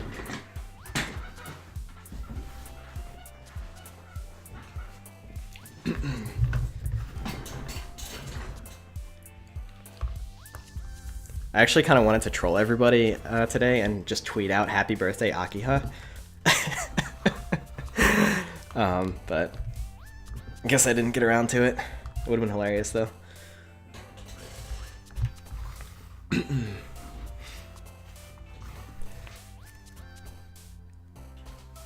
we are. That doesn't look good. Just keep the camera up here.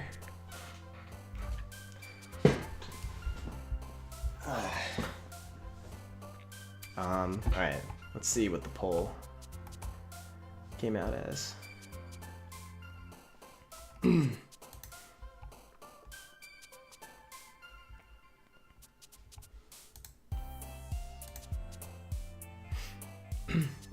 Sayori's on top again. Okay.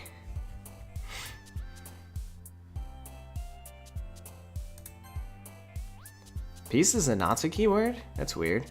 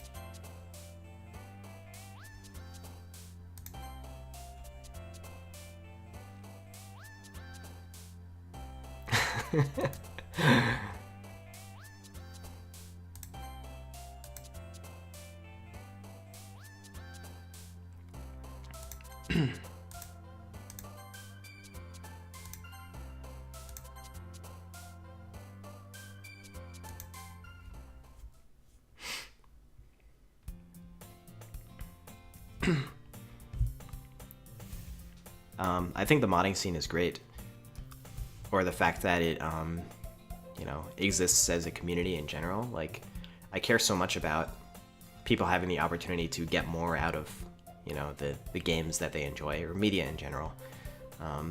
You know, I mean, I did a lot of modding work for Smash games. You know, I was a Project M developer, and I made 20XX Tournament Edition for Melee. And that went along the same lines, you know, is to help people enjoy Smash more. So it's something that I think is, like, you know, something that's amazing to have. There are, you know, there are some stipulations. Like, I mean, just if you own, like, if you own an intellectual property, then you can't really give like 100% free reign, or at least it's like, you know, unwise to do so. And so I wanted to do everything I can to like allow the modding community to do their own thing, while still have some, like, you know, some basic guidelines to make sure that you're, like, you know, not doing anything extremely wrong with copyrighted material, if that makes sense. Or in some cases, things that, like, I'm, you know, not comfortable with. I have no rules about the content of mods, of course, because I believe in creative expression and, you know, getting what you as a fan want out of the content that you're writing or consuming. So the guidelines that I have are more about, like, copyright related stuff. But I love the fact that, you know, there's like a strong modding community for the game.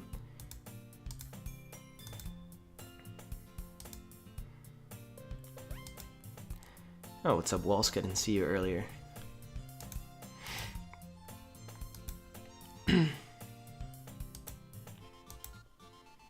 This was fun for, like, a few of the chapters of the game. Like, I just had to come up with, like, an intro to the chapter and, like, you know, an ending to the chapter. You know, I had to think about, like, you know, what sort of silly little situation can I put the characters in, or, like, how can you get to know the characters a little bit more. And so it was actually sometimes a little bit challenging to come up with this stuff, you know. But I think after, because it's kind of like, you know, for instance, the beginning of this chapter is kind of like a little mini plot in itself with, like, the whole cookie thing. But it was like, you know, ultimately, once I set down the foundation for it, just the dynamic between the characters felt really natural writing it, you know.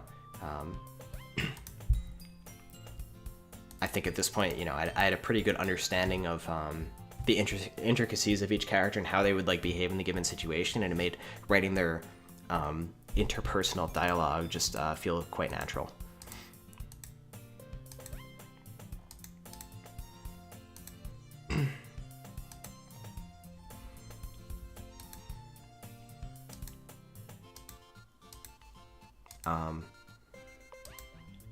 I'll talk more about, like, the horror stuff, I guess, you know, once I actually reach that point, you know. I guess I'm going through the game, like, fairly slowly. How long have I been streaming? Like, an hour and 45 minutes. It's because I keep, like, pausing to go on, like, these tangents and other monologues and stuff like that. I'm most likely going to find eventually tonight, find, like, a stopping point and then continue tomorrow as well. Because it would be nice to, like, get through the whole game, you know what I mean?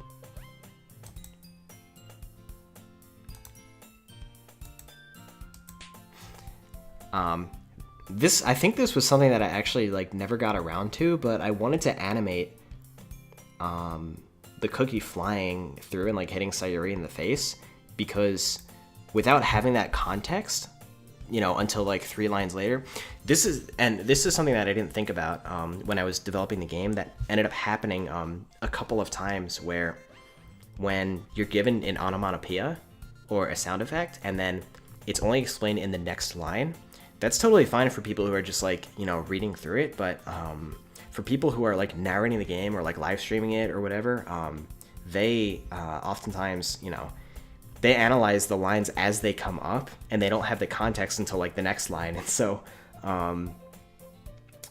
like when that happens, people stop there, and they're like, did he just like slap her or something like that, you know? And that's only the next line that they like understand what happened. That's you know, that's something that I did not consider when developing the game.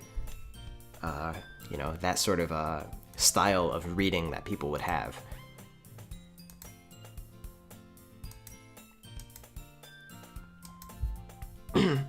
Yeah, I would say tonight is probably going to stop around the end of Act 1, and then tomorrow will be like, you know, Acts 2 and 3. Just play through the rest of the game.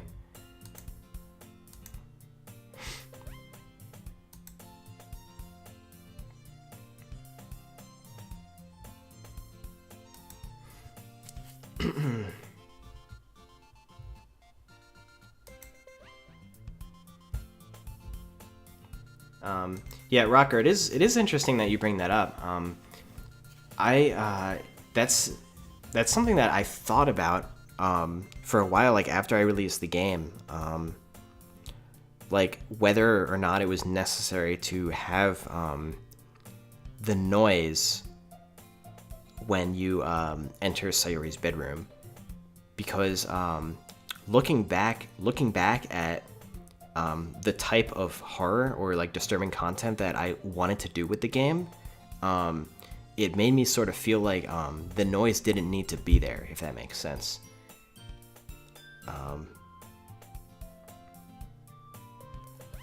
You know, I think I didn't want the noise to be like literally a jump scare. I wanted it to just, I think, be an introduction to the jarring scene that you're placed into. But like I was thinking about it afterward, and that would possibly be one thing that I wouldn't mind like reevaluating and doing in a different way. I don't want that to be taken as like that it's like bad the way that it's being done, or that like I wish that I did it differently, because naturally like there are a lot of people who, I mean, that's like in general like a powerful scene in the game, and different people are going to have different experiences just depending on how you frame it. And the way that it's currently framed, that's like how, you know, a lot of people had a powerful experience that way, and if it was framed differently, then for some people it'd be less powerful, for others it'd be more powerful. So it's all like very subjective, you know. In the very first version of the game, there was actually a point during Act 3 where there was like one of Monica's like monologues was actually non-existent in the code, and so if it was like if like it randomly picked that monologue item, the game would crash, right? And every time you restarted the game, it would try to pick that same monologue item, and the game would just keep crashing, and you just could not talk to Monica anymore. And I saw that as like a pretty glaring error, because I wanted people who wanted to like spend time in Act 3, I wanted them to be able to keep doing that. But I fixed that, or maybe announced that I was going to fix it, and I received this email from someone who, and it was like they were asking me to not fix that bug, because they said that bug happens to me, and it was a really important part of my experience when playing through the game, because it felt like just an additional piece of the futility of what Monica's trying to do, and a way of you know, forcing her away, like, you know, just another force that prevents her from achieving her dream, and tells the player that they need to move on and do what they need to do. They said it was like a really important thing for them to experience that they like couldn't be forever with her, because that's like not how things are supposed to turn out. And I was just like, wow, like, you know, this completely unintentional, you know, like bug that actually like interrupted play for a lot of people, like that like gave this one person like a completely different experience with the game. And, you know, and they were asking me like not to change it, because they didn't want that experience to be ruined, and they wanted other people to experience, to have that same sort of moment that they had where the game crashed. I thought that was like so interesting, and it helped me more strongly realize just the total subjective nature of like design choices. And that's why I don't want to say that I should have done something differently, or like that, you know, one way is like better than another way, because it just, you know, there's so much subjectiveness around it. And when you're fundamentally changing certain things about the experience, like, you can't say one is like strictly worse or strictly better. It's just different people are gonna experience it in different ways. So that's how I feel about that. That was once again a long-winded answer, but you know, I wanted to talk about that lesson that one person taught me about design choices and the way that people experience games.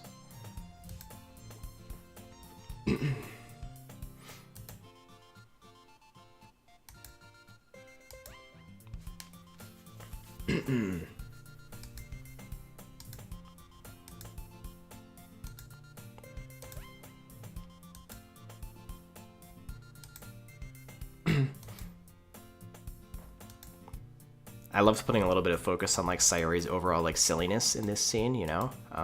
You didn't fully get to experience that side of her yet, I don't think.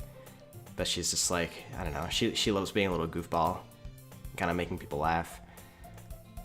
And I think, you know, Natsuki like gets a little mad at her because she did that, but Natsuki probably thinks it's funny too.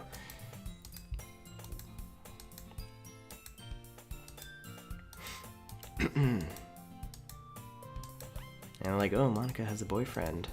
They don't like say it outright, but it's implied.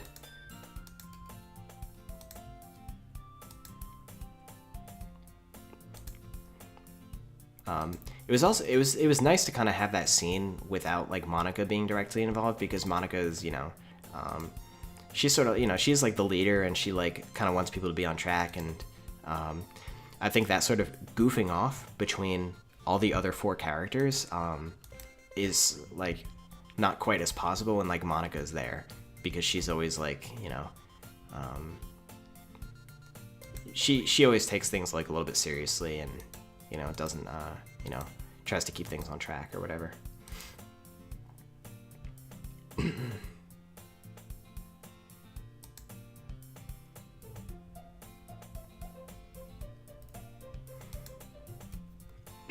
Oh yeah, that was very deliberate. It's so convenient to not have parents. And it's also kind of like a little nod at anime that does the same thing. 'Cause yeah, like, you know, what purpose would they serve? They just get in the way. I do a lot of things like that in DDLC that's just like intentionally convenient for like setting stuff up, you know? Where like the setup comes first and then everything else like happens around it, if that makes sense, you know? Like the scene with Natsuki on the chair and she like falls on the protagonist or whatever, like about how she has to like use a swiveling computer chair to like reach the shelf, despite the fact that like in the background you see like all these normal chairs. It's like, you know, just come up with whatever is necessary to set up for the scene, and like it doesn't matter how much sense it makes.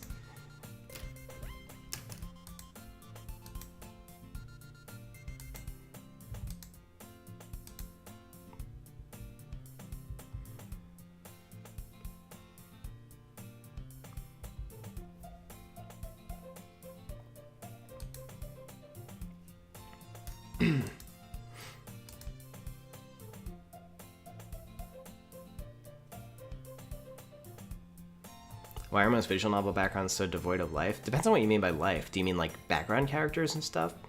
Probably just because they would be like not only like a pain to draw, but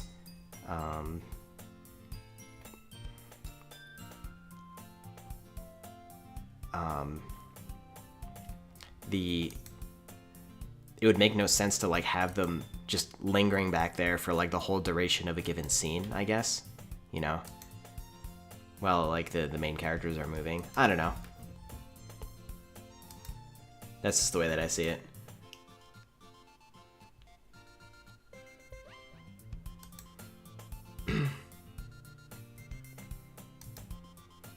Oh yeah, regarding ports of the game to like novel platforms like 3DS and I don't know, someone did like a PSP port, I think. Like those are more like I see them more as just like fun tech projects for that person / proof of concept. Like people like it is so unlikely that someone's gonna like pick up the 3DS homebrew port of the game before they play the actual game. You know, or that's the way that I see it. I don't think it's like stealing downloads or something like that. It's just like I see it more as just like a fun personal project that someone's trying to do. And since homebrew communities are like their own thing, you know, between like the homebrew developers and like the homebrew users who are also often kind of like tech inclined because they want to like install homebrew on their hardware. Like a lot of that stuff is just like enjoying it for the technical reasons or the feat or the proof of concept, something like that, you know, or just for the idea of like, you know, a fan of DDLC just saying that they have it on their novel, on their like PSP or whatever, like, you know, that's the way that I see it. Just as like, you know, once again, just additional ways that people are enjoying DDLC just from a more technical standpoint.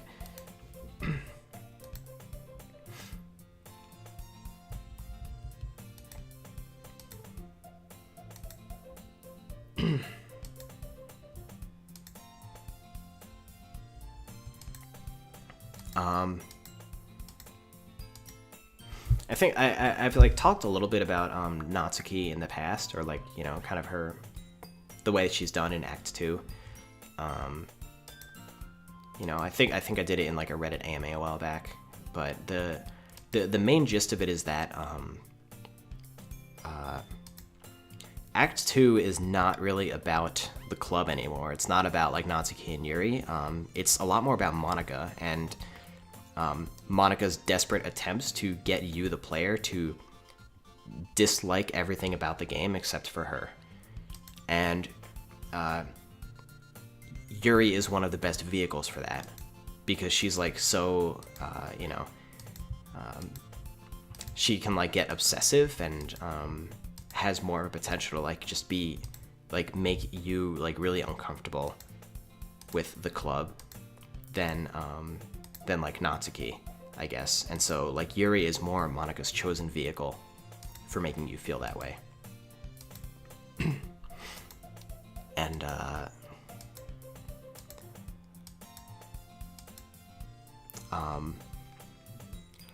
what is it, like, you know, again, if I wasn't like, if I didn't decide upon the scope of the game or specifically what I wanted to do with it early on, like I could have added a lot more content with all the characters, with like, you know, a dynamic Act 1, like where it could be any of the characters, and a dynamic Act 2 where it could be any of the characters, but like that just like exponentially increases, you know, the amount of work and decreases focus on the specific thing that I wanted to like do well with the game, you know.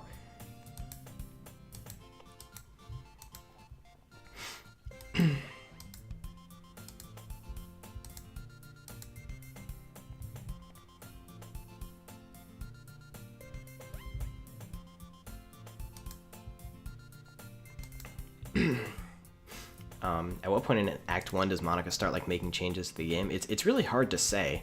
I think the turning point is basically like the chapter after this one, where Sayori is like noticeably feeling down, or like something is wrong, you know. That's probably around the point where like Monika is realizing that like what is it? The protagonist is only going to get into a deeper like romance with the other character, and that if and that like she kind of needs to try to do something about it to like steer you away from that. So I think it's probably around the next chapter that like Monika starts feeling that way. But I mean, the entire game, she's like, we don't really know the exact influence or amount of influence that she has on certain things.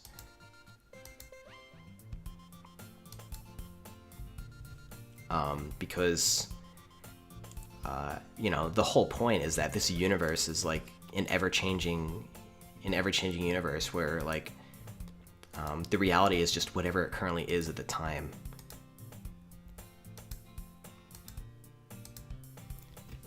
And so you can't say like it's this way because Monica's making it this way, you know? I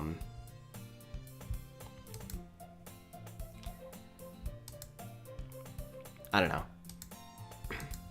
I'm probably like rambling and not making much sense.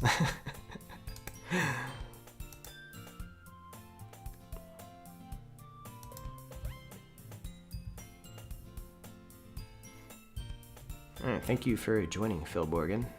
Hope to see you back tomorrow.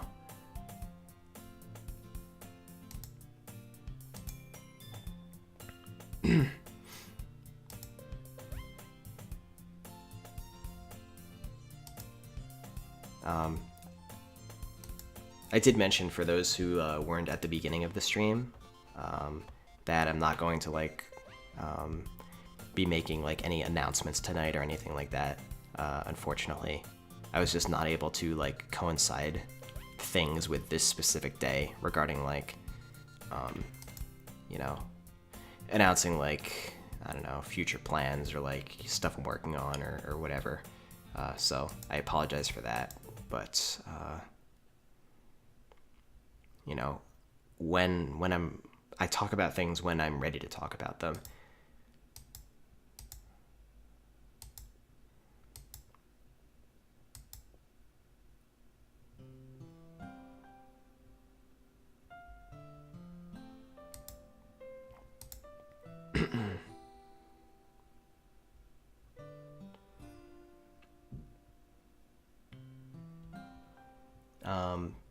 Do I feel like knowing that I made the characters prevents me from being attached to them in the same way fans are? Well, yeah. I think that's kind of a given because, yeah, having like, you know, having written them from start to finish, like my perspective on them, I mentioned this a little bit earlier too, but yeah, like my perspective on them is just kind of fundamentally different.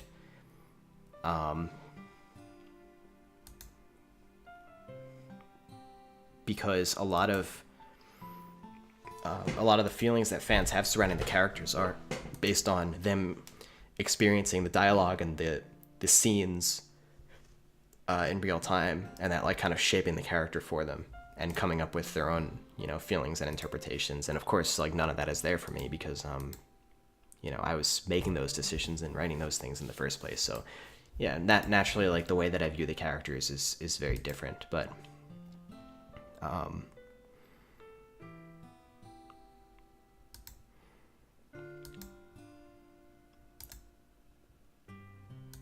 I feel like I like care about the characters, if that makes sense. Like it was you know, like it was painful to write certain scenes. I was like, you know, I reached a point where like I was you know, especially when writing like more about like Natsuki and Yuri's insecurities and like, you know, how they feel like so sad and hopeless sometimes. Like, you know, I just I couldn't help but feel really bad that that I, you know, like wasn't giving them like the happiness that like they deserved as human beings. But like, you know, that's not the game that I set out to create. And I just, you know, I accepted that.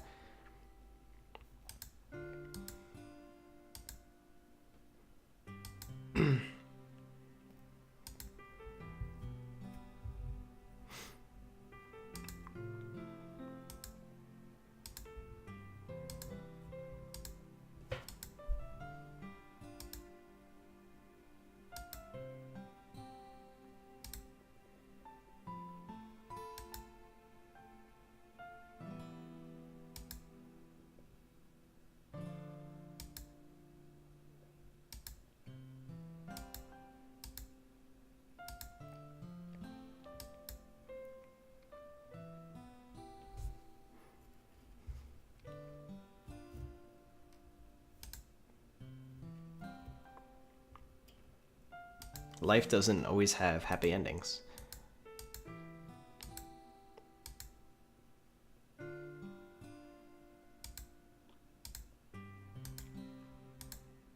you know, sometimes there's just, you know,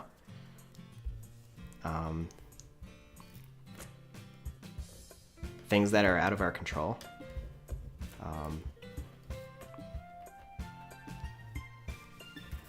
And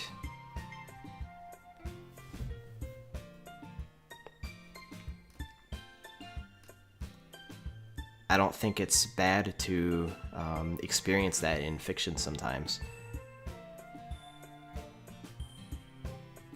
You know, it's a part of life. And what matters is that you care about the character. And you see them in your own way, and you, and that they, you know, they give you those feelings, or they teach you something, or, I don't know, they provide a unique experience for you in some way. And,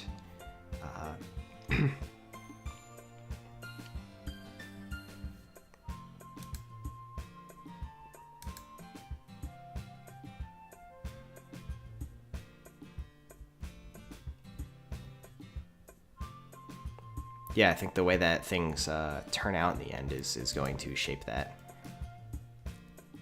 in some way or another.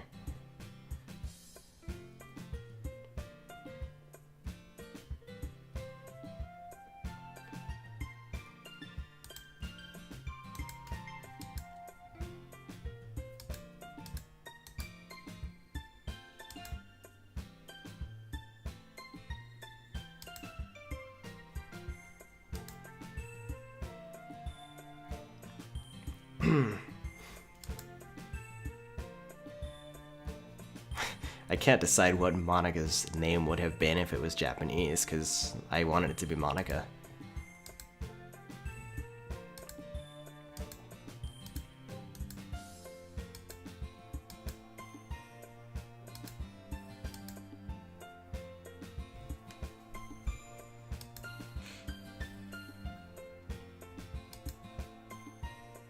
Thank you for joining, VidGray.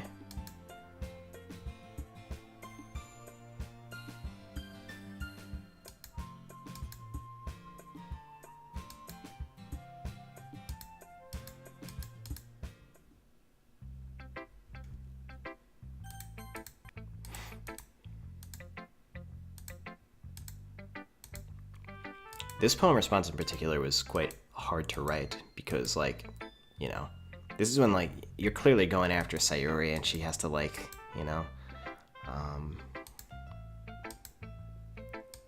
get a little bit doki doki for you.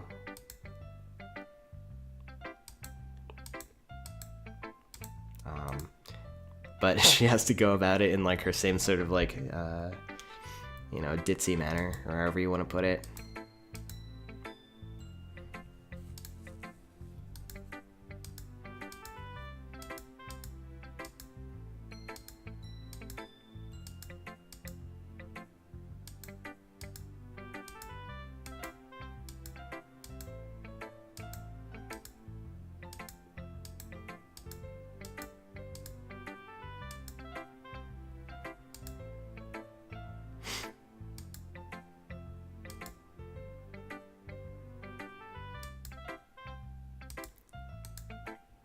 Oh yeah, Sayuri's like shock face, or like this face where she's like just the tiniest bit cross-eyed, like she's looking at something in front of her instead of like looking at, you know, the player or whatever. I loved that face. It's like something. It's one of those things that I kind of like envision as like, let's just like just very slightly like do that, you know, because it's so perfect for her character. Like she's trying to process the situation, and it's so, like, you know, silly and innocent looking. That was something I was pretty particular about.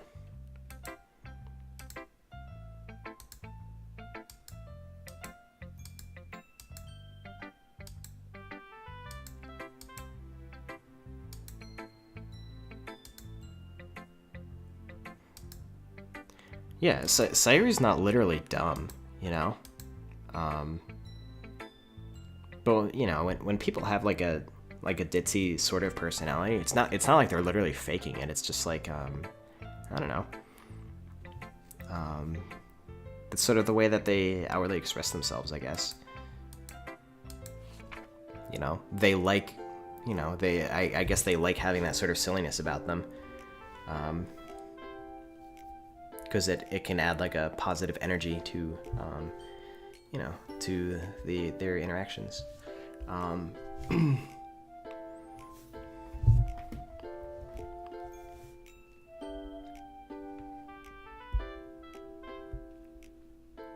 trying to think what to say about this poem. It's probably one of my favorite poems in the game. It's so like, I don't know. For one, it's like such a strong contrast to the previous poem that you wrote. But it was at this point where it's like, you know, I had some of the other writing done like after this, I think. You know, kind of the scene where she like reveals her depression and stuff, and so I wanted to think about like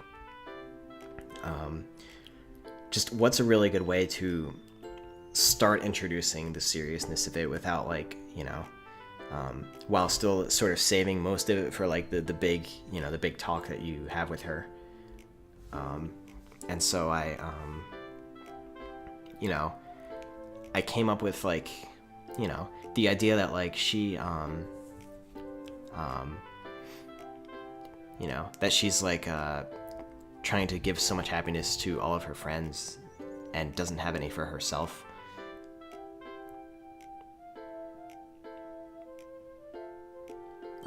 Yeah, and how it gets like, you know, it starts off like, I guess, kind of whimsical and sort of slowly transitions into something that's like kind of, you know, very uncomfortable or like creepy, you know, like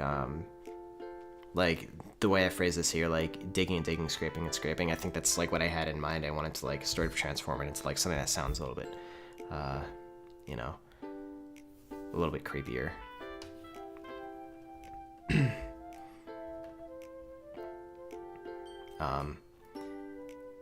Yeah, so I think, you know, I'm really happy with the way the poem turned out in representing the way that Sayori experiences her depression, I think. And even the protagonist is like, holy crap. This is like, you know, I didn't expect something this like, you know, he doesn't see that side of her because she just like, she hides it, of course. She doesn't want to bring her sadness into, she doesn't want to burden other people with her sadness, but like when the point of writing is to like express your feelings, she, you know, I think that's just like, she started to, after joining the club, like she started to find like writing as this like magical outlet for expressing herself. And you know, despite the fact that she is in fact sharing that with people, like it's still more for herself than it is for other people. And she might just kind of be hoping that like, you know, that like the protagonist or other people aren't gonna like, you know, unearth her darkest secrets just by like, you know, reading into the poem a little bit, you know. She's probably hoping that they're just like, oh, it's a nice poem, it's sad or whatever, and like that's about it. But yeah, I think it's a lot more for herself than it is for other people.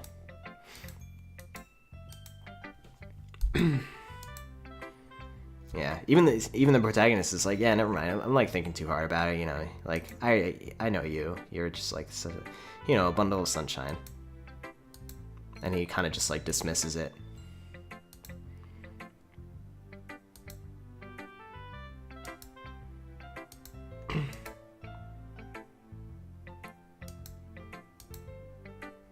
Ding ding, foreshadow.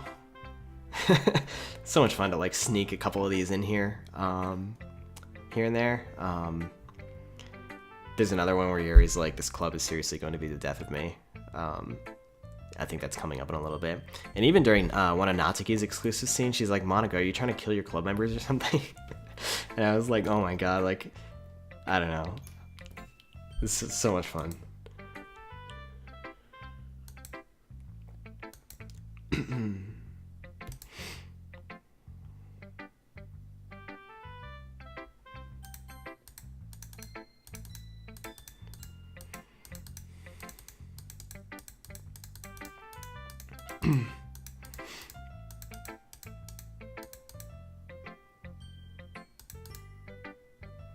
Oh yeah, even Natsuki's like, oh, this kind of reminds me of Sayori, because Natsuki's like, I don't know, I guess noticing that you're like spending more time with her, and maybe she's like getting kind of insecure about it. Yeah. So what I was talking about before about like the themes of like respecting like people's interests or whatever. Natsuki like wrote a very literal story of this girl named Amy who seems like just such a nice person, and like like the writer very clearly like wants to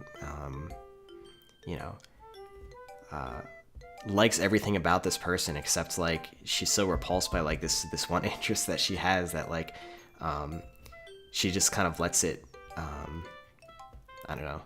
like ruin everything about her.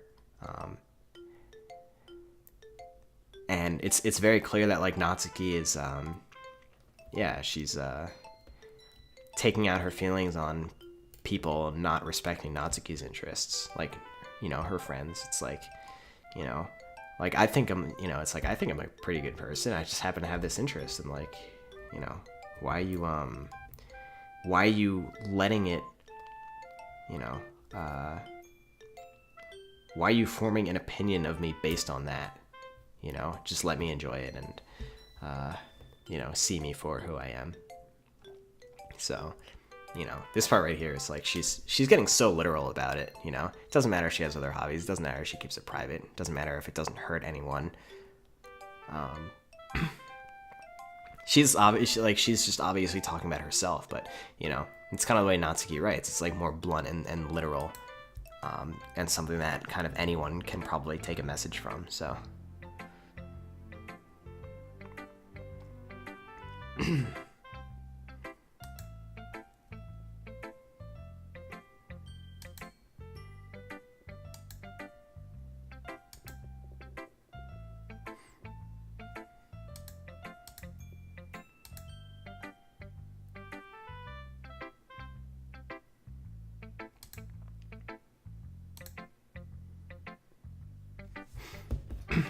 yeah, just use these simple analogies, and it helps people realize how stupid they're being. And of course, what she means by that is,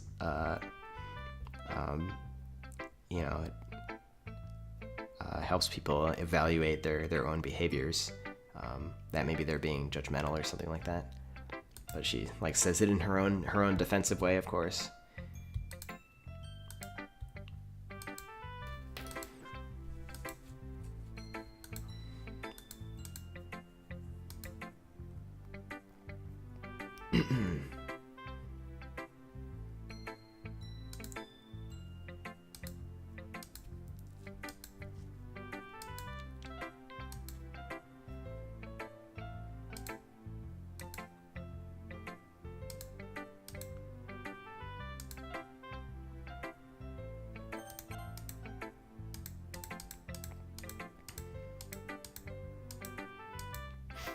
I think if you go for Sayori, then both Natsuki and Yuri, like the poem responses are always neutral.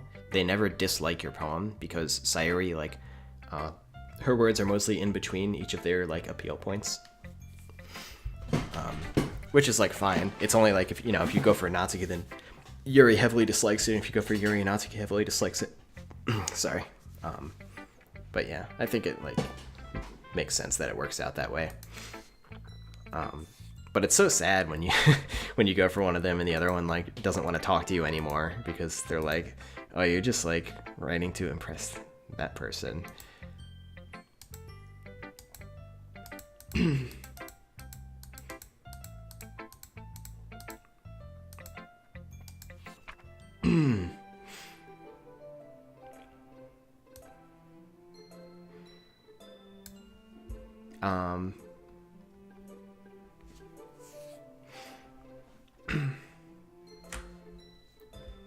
Yeah, this poem was pretty fun to write.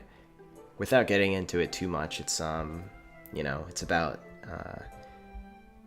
you know, a metaphor of, you know, the raccoon being a physical manifestation of, like, you know, maybe an obsession that, like, Yuri has, or, you know, like an addiction of some sort, and how, you know, the more she feeds the raccoon, like, the more it wants to be around her, and, it causes, you know, that sort of vicious cycle. The point of the poem is that Yuri likes bread. You know, who doesn't like bread?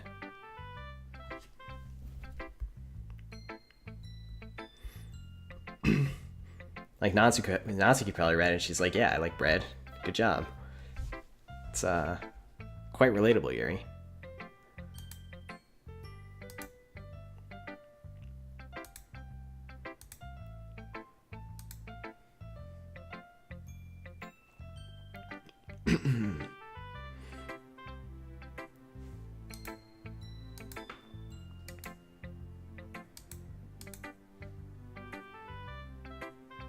Have I personally met Sakurai? I have not. It would certainly be cool to, but, like, I don't know. There are people who are so much more involved in the Smash community who are, like, more deserving of that, I guess, you know? And thankfully, many of them have gotten the chance to meet him, you know? But it's like, if I met him, it's like, I don't know, like, what I would say, or, like, you know, like, it would be cool, but,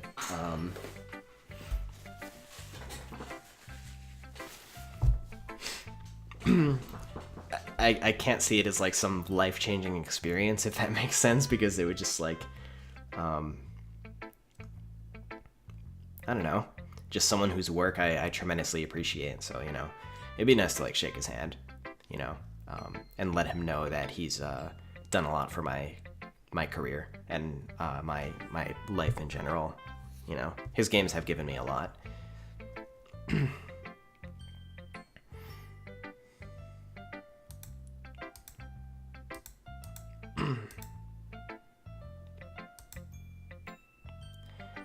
Oh yeah, this is where, oh yeah, I have that privilege. I can roll back because I'm in developer mode. But this is where, you know, Natsuki and Yuri, like, you know, protagonist is like, you know, oh, like, maybe you're not so different because you both just kind of, you know, want to be respected. And Yuri's like, oh, you know, she seemed like the kind of person who would make fun of my hobbies, but that's my fault for judging. So it's like, oh, +1 respect point for Natsuki. Oh, but don't tell her I said that because I'm, you know, I don't want her to, to know I was, like, thinking poorly of her or whatever. If I hadn't learned to embrace my own weirdness, I'd probably hate myself.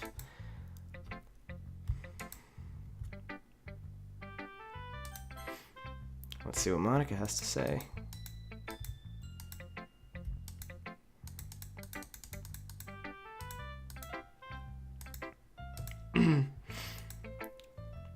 It's like number 2 for Sayori. The more you write about the same character, like, the more critical Monica gets. Or, like, she starts to, like, tease you a little bit, or she's like, you should really try a different style because I don't want you to, like, get closer to this character. In college, I studied IT.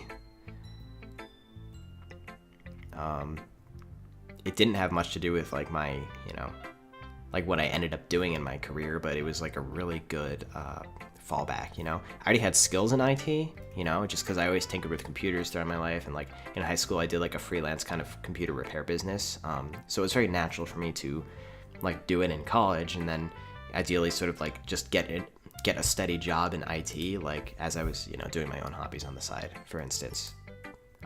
It seems like a pretty risk, like, not, you know, not too risky, and would give me, like, multiple possibilities.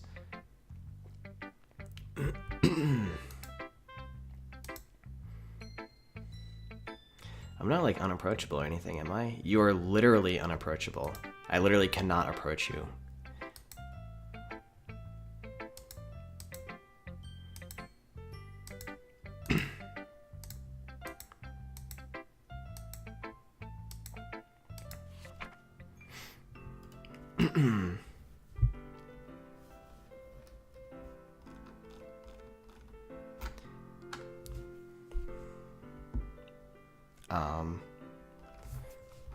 This poem was fun to write. It's like, I don't know, obviously a little more directly breaking the fourth wall, but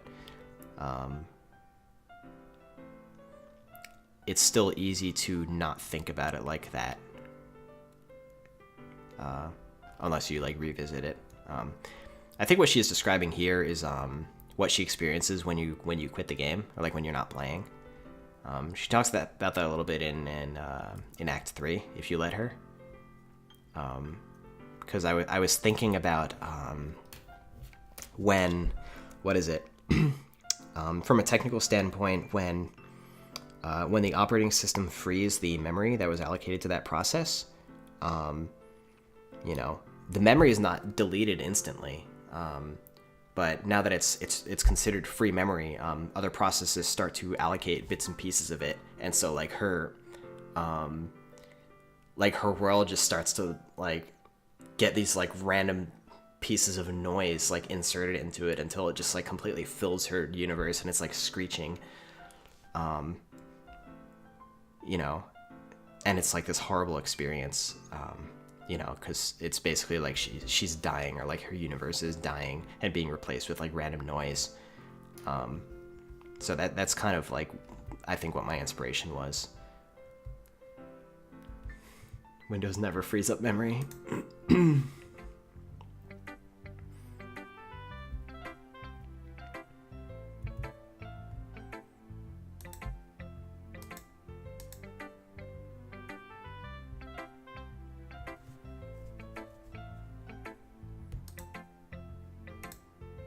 Once again, she just like beats around the bush and is like, oh yeah, it's just abstract. Just like, you know, I was just like playing with words.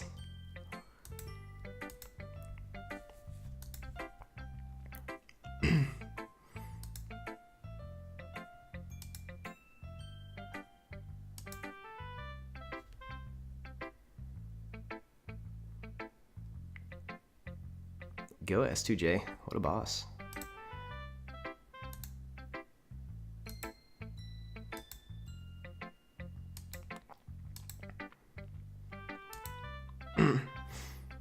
This was so much fun. Once I started doing like the Monica's writing tip of the day, I'm like, I have to do some like really fun stuff with this. So like, you know, Monica's like the tutorial character or whatever, so she's like, oh, don't forget to save your game when you're like making a difficult decision. So aside from the hilarious like fourth wall breaking that like the player doesn't actually think about until later, because they're just like, oh, you know, it's like when you play like Zelda and they're like, you know, like press B to swing your sword or whatever. like in the game, you know, they just like don't acknowledge their fourth wall breaking or whatever. Like, I was just thinking like the same thing with Monica, even though she just like, just as comic relief, she just like does acknowledge it. She's like, wait, what am I even talking about? But she does that like a few times, and it's just like just innocent like comedy in the game until later on you realize that it's like a lot different.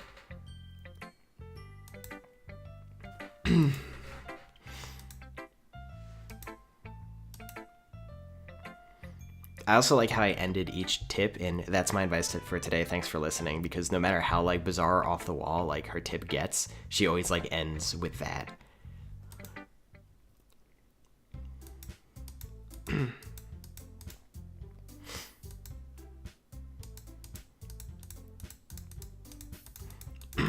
Probably gonna go pretty quickly through this part because it's like fairly long and there's not all that much to talk about, you know.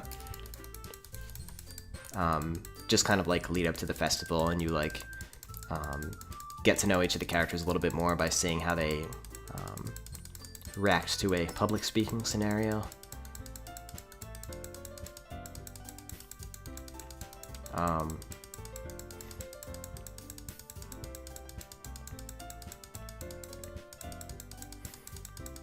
You know, and like I guess kind of indicates that they all like they all care enough about the club to do this, you know, for the sake of the club. It was pretty interesting to frame it a little differently in Act 2, for there to be like, you know, that additional bit of strife there, because things are getting like extra tense and weird. One, because of you know, Monika's meddling, and two, like Sayori is not around to make the club like a more comfortable environment, I guess. So, you know, these sorts of situations just end up being approached differently.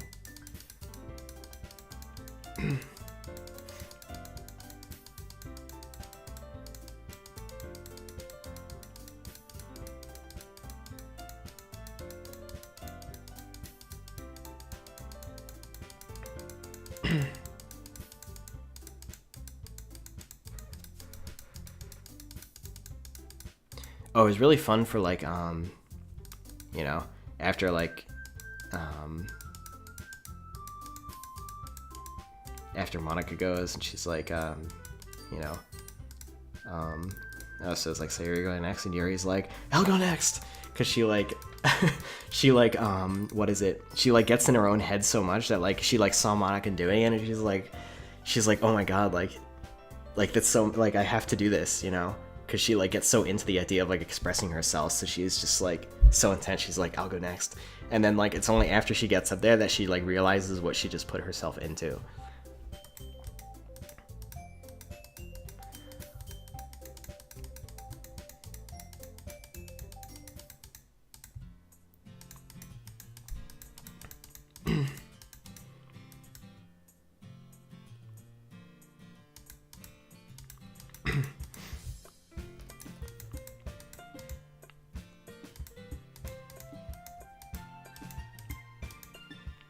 Now everyone wants to go home with the protagonist.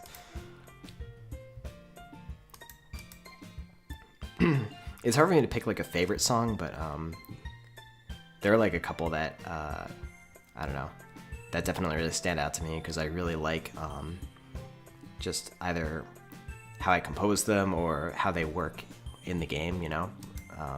Composition wise, I really love the Poem minigame song. I was just like so happy with the way that it turned out in the end. Despite it like taking a while to get to that point.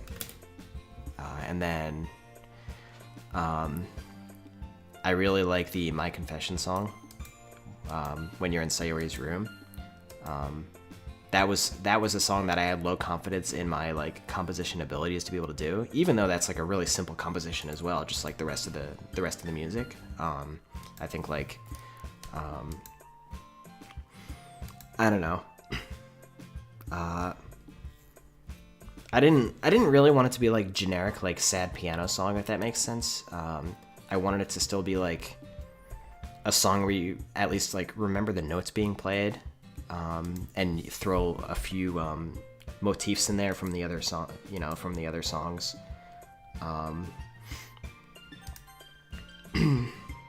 You know, there's like a little piece of the melody is like from just the theme song of the game, and then there's a little bit from the poem minigame music as well. Sayori's like, oh, why are you spending so much time caring about me? You should, you know, spend time with everyone else or whatever.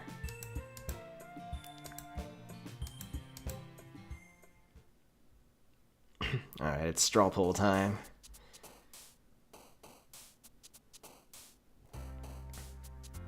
My music background is just like, I don't know, something that I've like done for fun over the years. Just like messing around with music production software and like making, you know, like mostly bad stuff, because I was like just a kid who didn't know anything about music composition. But I had done it for long enough that I think I picked up like just the amount that I needed to make like this game's soundtrack. But if it was like any other game, then I would never make the soundtrack for it, because I only have the skills to do just like something that can use like really basic composition knowledge and like simple instruments and simple mastering.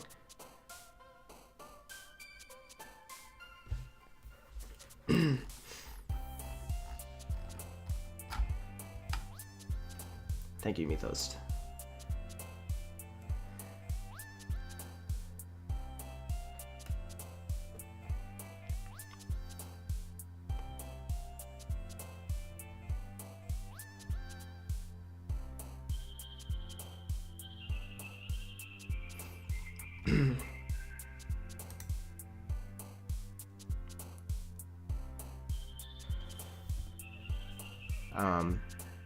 Monica's memories of, like, the way the club was, like, you know, before you played the game, or in general, like, memories that the characters have,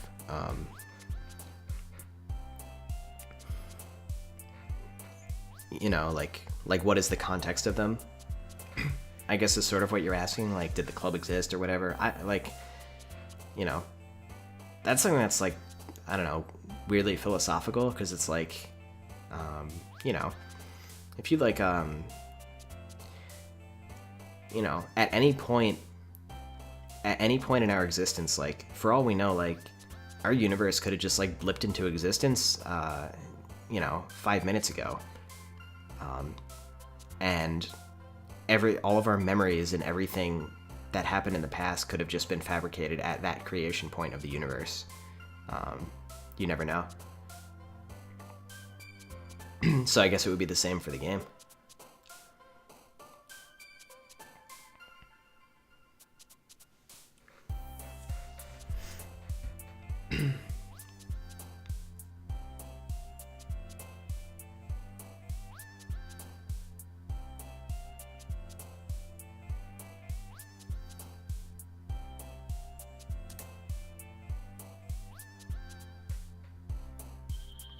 Tournament edition.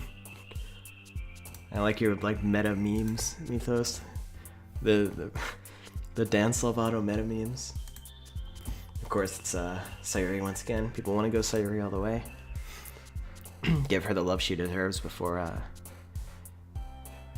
we have to say goodbye.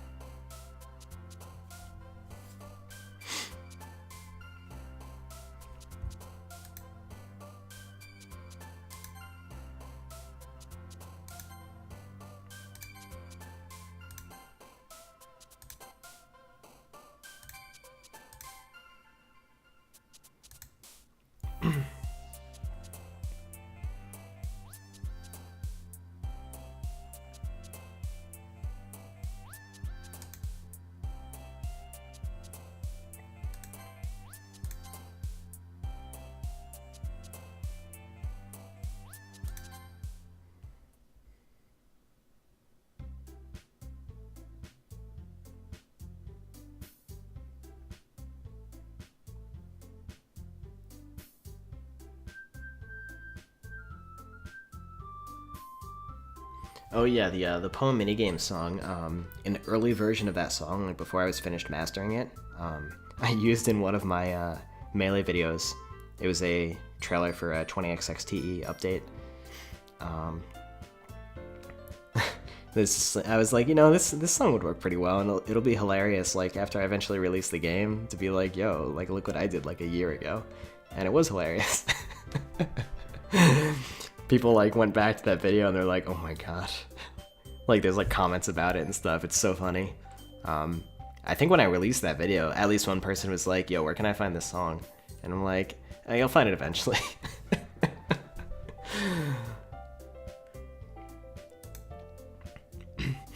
No, I never heard from Game Grumps. That's kind of sad. I watched like their whole playthrough, and he's like, I gotta send this guy a strongly worded email. I'm like, I'll be waiting for that, because I want to hear from these guys. I spent a lot of time watching them back in like the old Ego Raptor and Jontron days, like the Sonic 06 playthroughs and stuff like that. That's when I watched them the most. And then I sort of like fell out of it for a while. Then I watched some stuff here and there, and then like I don't know. I respect those guys a lot, and like their playthrough was freaking hilarious. I loved it.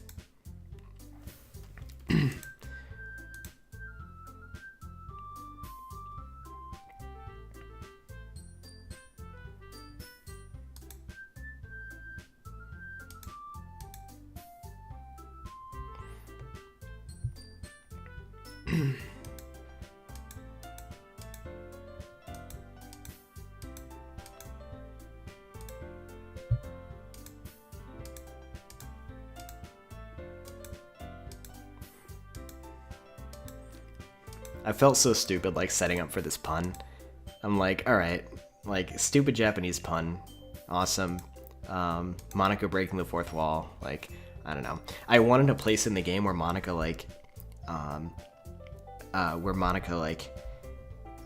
alludes to the fact that the game is written as if it was translated from Japanese. So I thought that would be like a funny place to put it, It's such a weird like back and forth between like Japanese versus English. It's like you're making a Japanese pun, which implies that you're like speaking Japanese, but it's like in English and it was originally in English, and Monica's saying it was translated, but it's like, I don't know. I just thought it was a funny thing to do.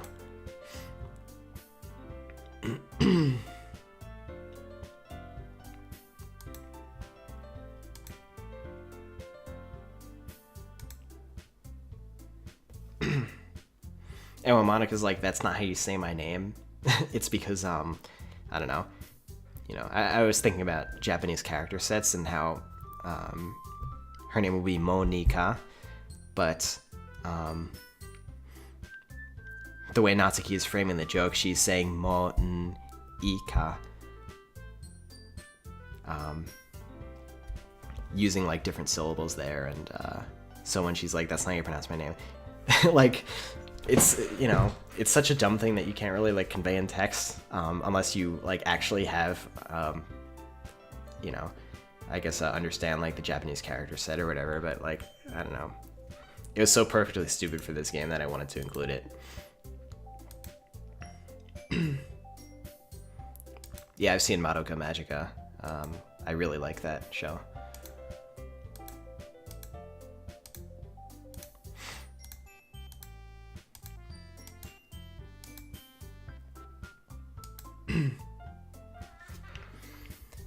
I named her Monica because like I wanted her name to stand out in a way, because she like obviously serves a different purpose in the game.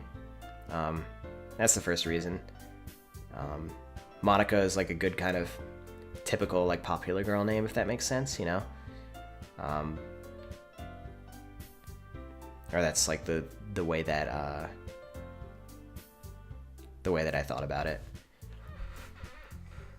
I feel like in a lot of media you hear like, I don't know, the popular girl, they're always named like, I don't know, Monica or like Becky. I don't know. Like, it was just something I like decided pretty easily early on, and it just always felt right to me. I didn't have to deliberate over it that much. That just like really felt like her name. Karen.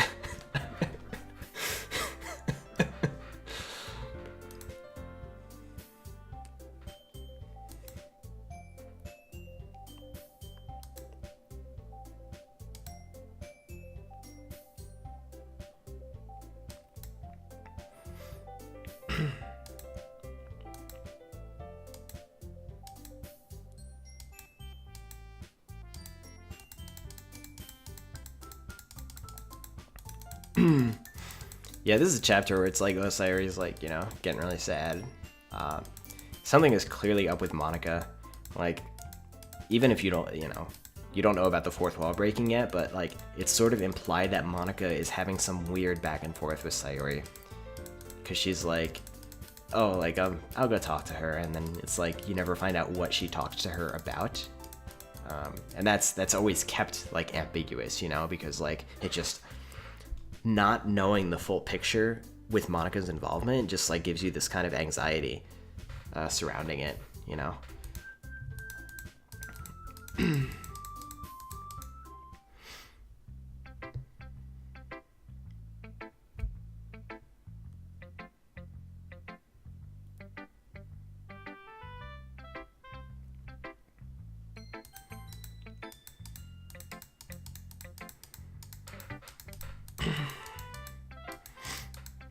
Oh, I'm just tired.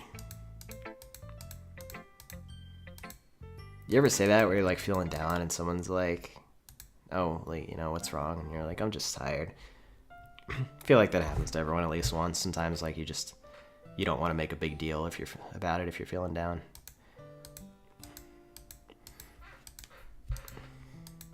And of course the protagonist like doesn't understand that him like you know, just like being nicer to her is you know, like not having the effect that he's hoping it will. You know, I don't know, like just visual novels or dating sims or whatever, it's like, you know, being nice to a character is often like your ticket to getting them to like fall in love with you or whatever. I don't think you're used to just like it having a more multi-dimensional effect, I guess, but I don't know. I was trying to think about it from a more realistic standpoint regarding depression and like what Sayuri wants.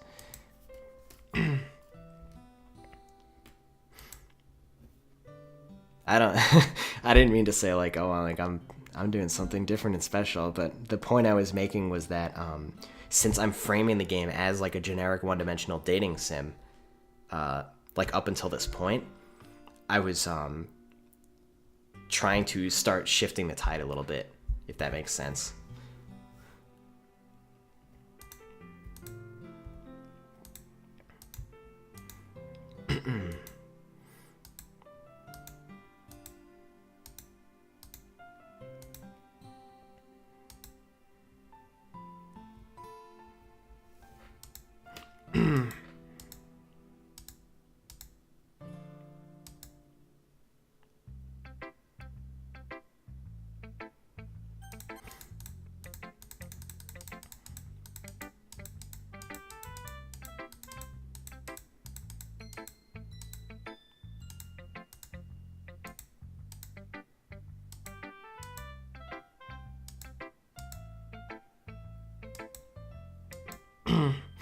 That needed like a little animation or sound effect there. Natsuki like hits you. Guess I just never got around to adding that, whatever.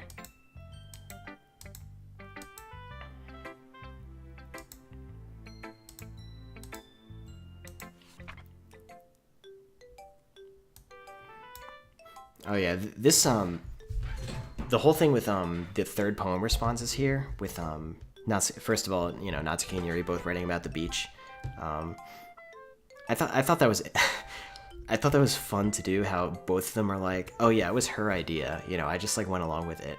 But it was like, you don't really know how it came up or who came up with it, but it's very clear that like they are becoming more interested in each other's writing styles and beginning to respect each other a little bit more. So that was fun. But the other interesting thing is you know, if you pursue either Natsuki or Yuri the whole time and you get like their little secret poem, which is, you know, sort of like a confession letter or whatever, there are so many variables on like, because you read it and like, you know, say you read Natsuki's confession letter and then you go to Yuri and Yuri shows you the beach poem and she's like, oh yeah, Natsuki wrote about the same thing, and then the protagonist is like, wait, but you know, the poem I read of Natsuki's was totally different. And then, so it's like, the protagonist has to acknowledge that for the scene to make sense, but then it has to work the other way around, and it has to work like, if you read them in different orders, like there's just different like pieces of dialogue. The continuity with all of that was actually quite a pain to do, and I think I like messed it up a few times before I actually got it right. And I believe, I'm trying to remember, but I think there was still like an error in there somewhere that I had to change in a patch later on. But yeah, that was pretty difficult to work out.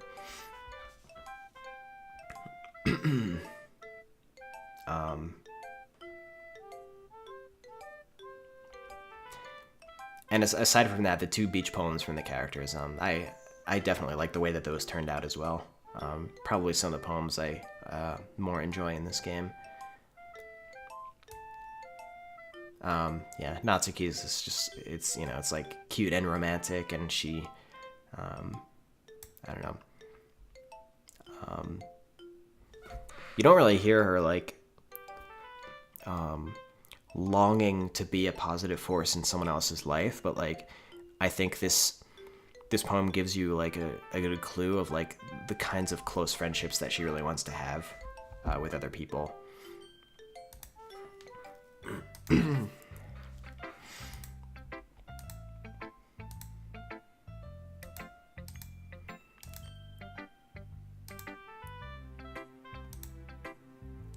You can really see Yuri doing that, making us both write something so she can show off her writing.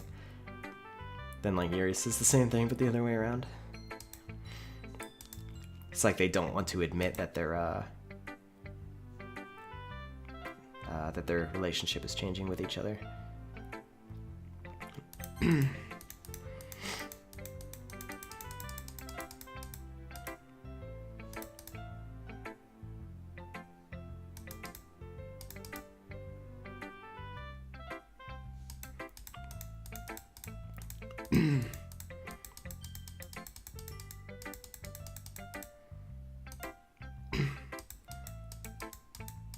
What do I imagine MC as? I mean, I literally don't imagine MC as like I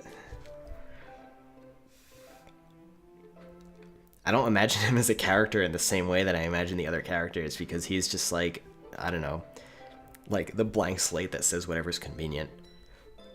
You know? Like, just deliberate self-insertion or whatever. No, that doesn't mean I see him as myself. God. My point is just that, like, yeah, he's just like this weird other, like, incomplete thing sort of character that's like just says whatever's convenient. I don't know.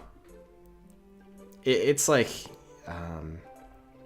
probably pretty like similar feeling when you play like other like I don't know. I think probably certain eroge does that a lot, because like obviously the whole point is just to like, you know, have sex with the other characters or whatever. So like you probably see that a lot in eroge, where the protagonist is literally just like barely exists as a person even, and is just like these pockets of like convenient interaction with the other characters.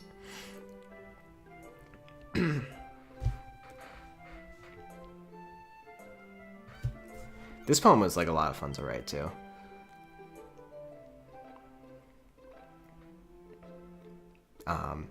Yuri was, I think, trying to like sneak in a lot of like metaphors of how she feels about life regarding the beach. And Yuri like doesn't rhyme in her poems. But I don't know. I felt so good, like a well-placed rhyme, I don't know, can be so good. It can like feel so good, like when kind of wrapping up a piece of writing or something like that. I don't know. So this like rhyme that I put in at the end, like, sorry, I don't mean to like the rhyme that Yuri put in at the end. I apologize. Don't want to break the immersion.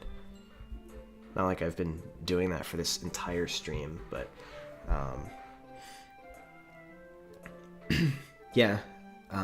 I guess the I don't know, the dichotomy between the two choices, where it's like, you know, she's like finding some kind of peace. It's like, you know, she can either return to the melancholy of life, or like let go of it and find peace or whatever. I don't know. It's like super edgy, but I think like the way that it's framed and like I don't know. I like the way that it rhymes. How they're... Yeah, you know what I'm talking about.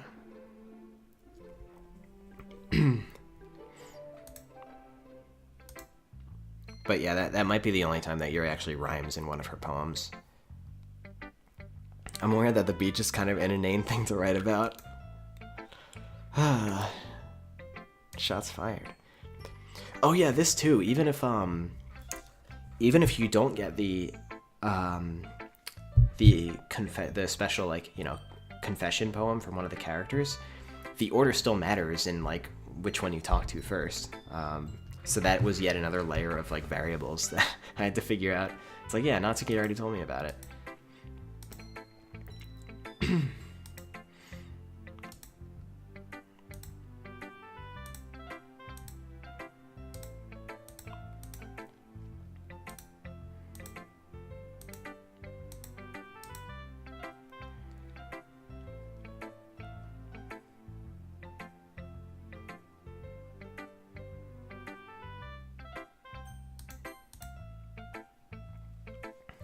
Spaghetti code.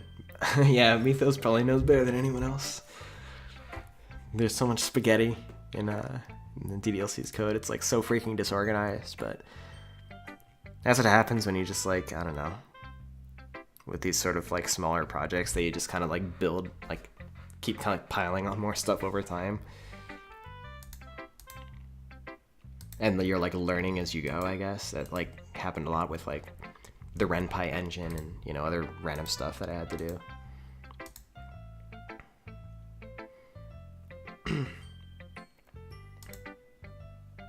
Cuphead is awesome.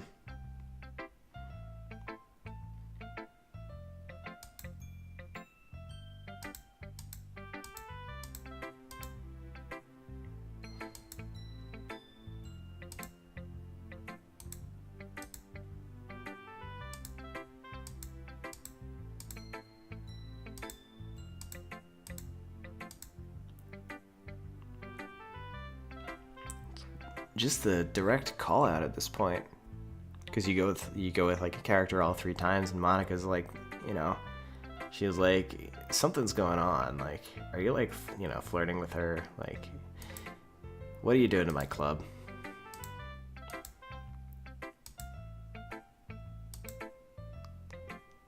It'd be terrible if something bad happened to her. Monica was like playing innocent. What could have happened?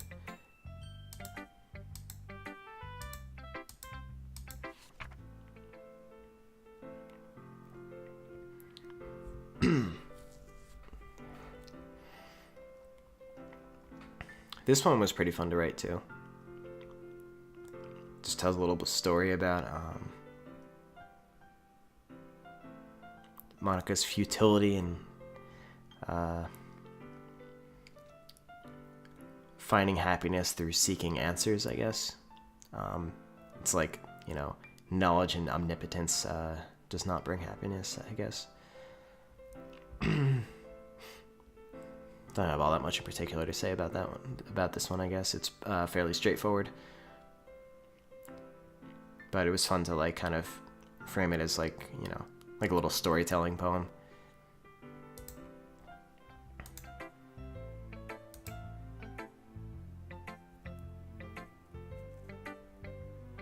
Ahead of Time is also great. I'm really,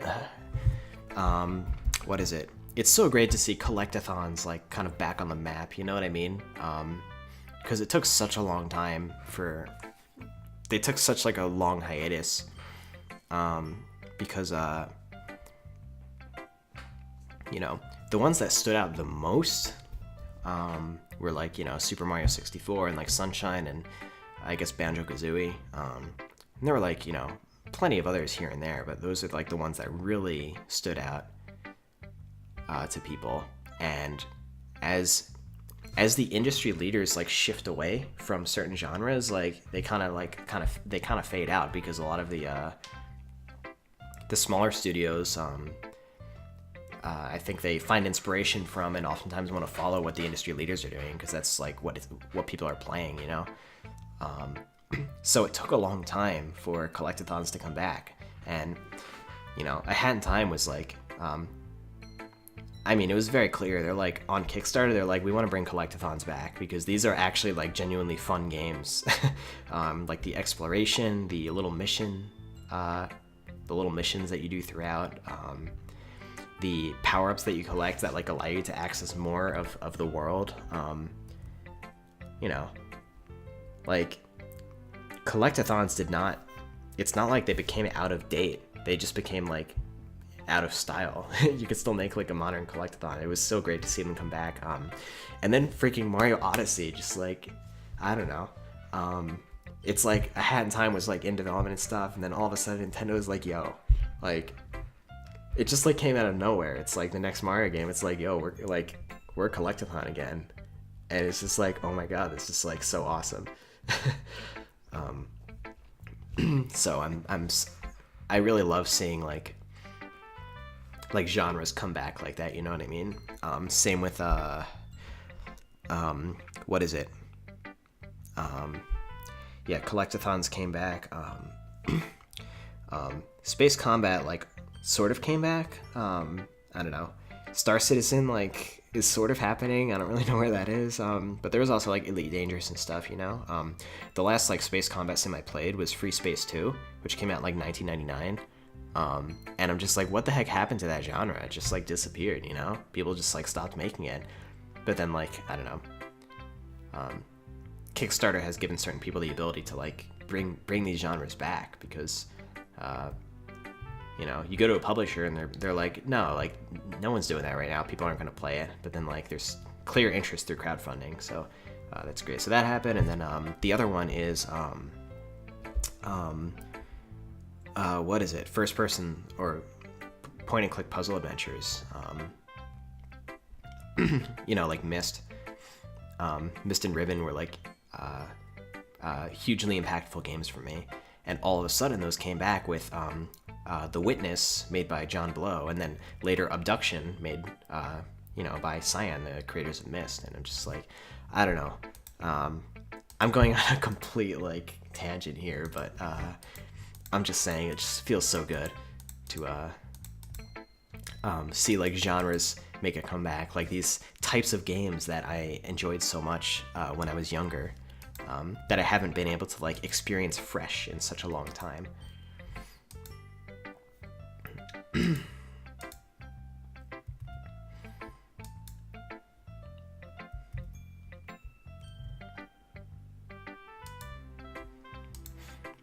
Why the heck are people just saying the DK rap in chat? Where did that start? Did I say something? I don't know.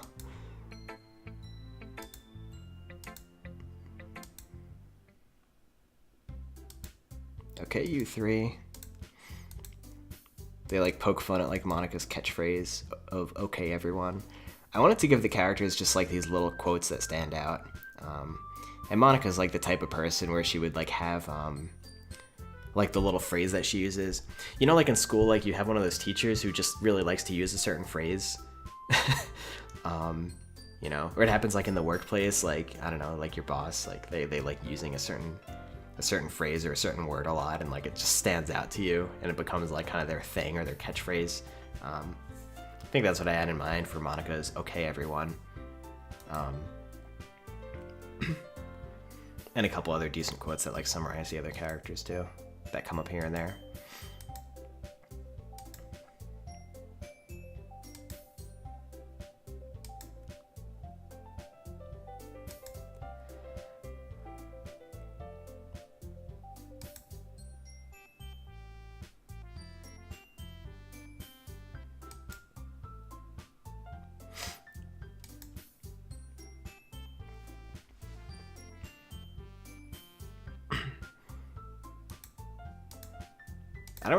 I don't have like solid physical voices that I play for the characters, you know?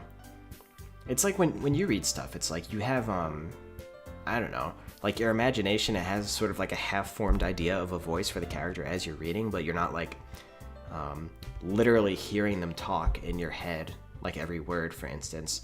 That's sort of how it is, I think, with the characters for me. It's almost like I can hear the inflection in my head of the dialogue, but I can't hear the voice itself.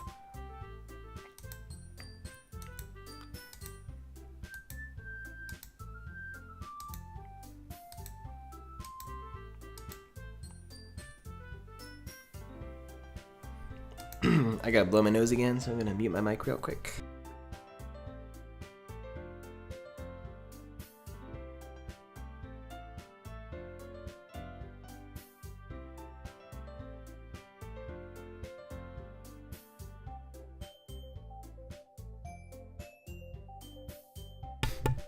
Alright, we're good.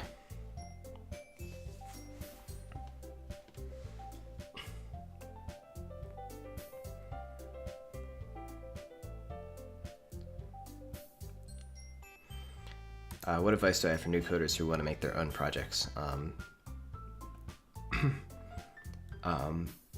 The best answer I have for that, you know, after having been asked it here and there over time, is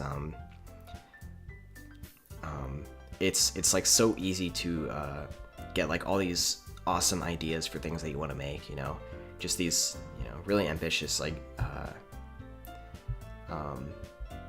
I don't know, like if you have the drive to like create stuff, then it's so easy to get like all these amazing ideas, but oftentimes those ideas are too far into the future, based on where you currently are with like your skills or the time that you have, or like your budget depending on the project, you know, if you like need to hire other people, things like that. So these are all things that you need to take into account in order to realistically determine like what's possible to create at the given moment. I think that the best way to successfully complete projects and as a result learn skills and learn from the projects is to limit the scope as much as possible to something that is within your capacity to do at the given time. You know, those amazing grand ideas, like you can put those off for like, you know, you never have to give up on them or let them go. You can just, you know, put them off and wait for when the time is right, you know. But it's the small ideas where you just have to learn like a few new things to make it happen, you know, and that can be finished within a realistic amount of time, or every piece, every time you work on it, you feel like you're actually making substantial progress instead of it just like always feeling like there's an infinite more amount to do. Limiting the scope like that, or picking a project that is just like very small in size that like almost guarantees your chance of completing it, makes such a tremendous difference and really gets you somewhere, because it allows you to maintain your drive and passion while learning the skills you need in order to get it done, if that makes sense. You know, I've always learned skills as a means to an end. I get an idea, and the idea is like small and simple enough that I can learn just what it takes to like finish it, you know, and it's probably going to be pretty crappy because I'd like just learned these skills, but it gives me a foundation to just, you know, start the next thing, which is like slightly larger, and build on that and get better over time, you know. It's a great way to learn and build your skills while remaining passionate and driven and actually like, you know, putting things out the whole time. That's something I feel very strongly about, and I think, you know, for aspiring developers who like don't have much experience, being able to like realistically assess the scope of their project in order to make sure that they remain passionate and can like achieve things one step at a time, I think that's a really great approach to take.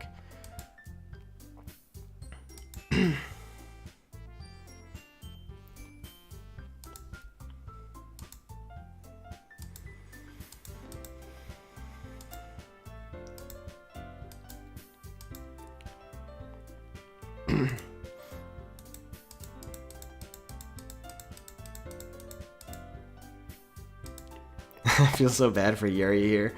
Man, it's like, okay, well, Natsuki is good at baking, but like, I don't know what to like, you know, like what can Yuri do? It's not like she thinks that Yuri actually has no talent, but like in the context of the festival, it's like she doesn't know like everything Yuri is good at. So it's like she just can't come up with something. He was like, I'm useless. Which is funny because in Act 2, it's the other way around. Like, here, Monica's trying to come up with something, and she, like, feels bad, and Yuri's like, oh, I'm useless. In Act 2, Monica's literally like, Yuri, just do whatever you want. And Yuri's like, I'm not useless, you know?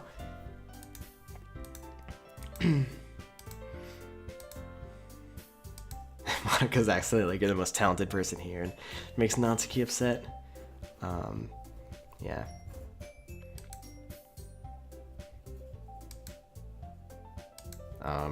Yeah, it was interesting, like, changing the environment with Sayuri not being there, if that makes sense.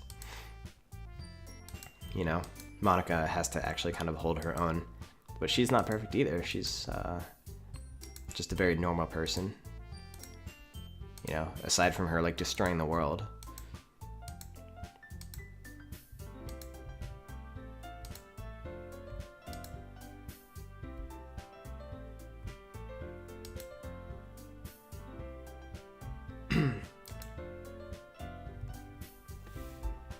I have not yet read Higurashi.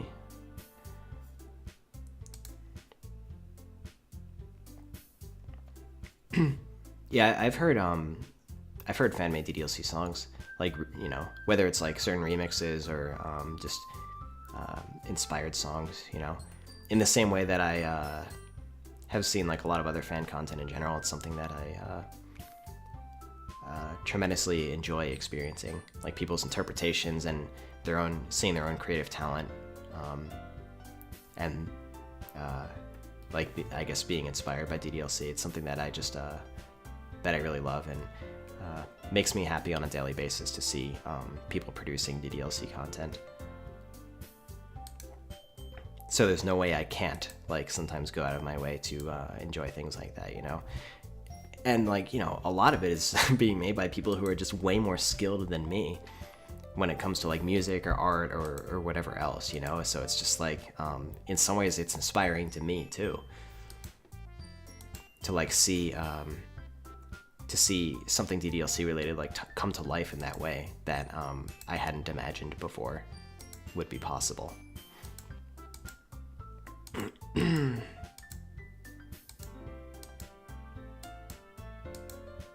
Now everyone's trying to come up with excuses for the protagonist to spend time with them.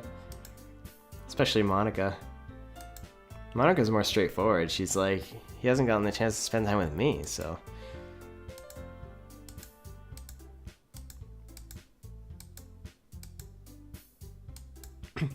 This same scene in Act 2 was also, like, really fun to make. It's like, you know, toward the end of Act 2, where, like, just nothing is nice anymore, and, like, everyone's just being horrible to each other. Oh, man. You know, it was, I mean, I'm laughing about it now, but yeah, it was, like, sad for, I don't know, in some ways for me to be writing that, because, I really like when the characters get along, and, you know, Natsuki and Yuri toward, like, around this chapter, them, like, kind of learning to respect each other a little bit more. You know, having to, like, throw some of that out the window in Act 2 was definitely like, dang it. I just want everybody to get along. I'm like Sayori, I want everyone to be happy.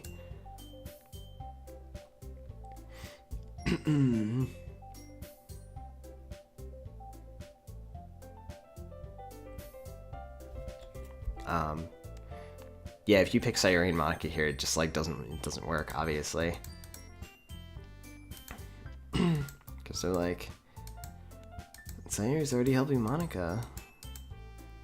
And then if you pick Monica, then Natsuki and Yuri, like, throw a fit, like, oh, she needs the least help, and Sayori's already helping her.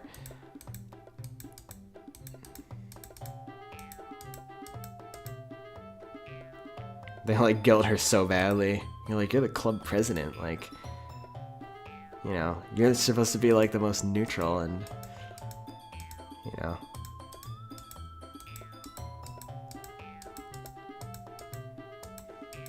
So manipulative. But then again, it's a nice change for the other characters to be manipulative for once instead of Monica.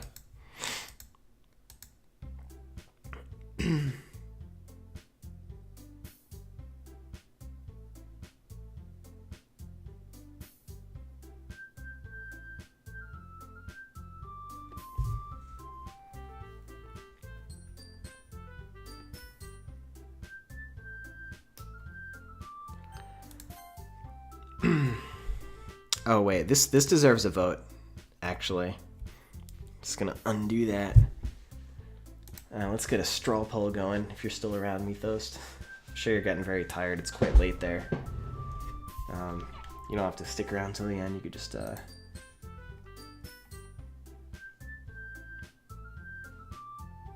warn me if you have to head out.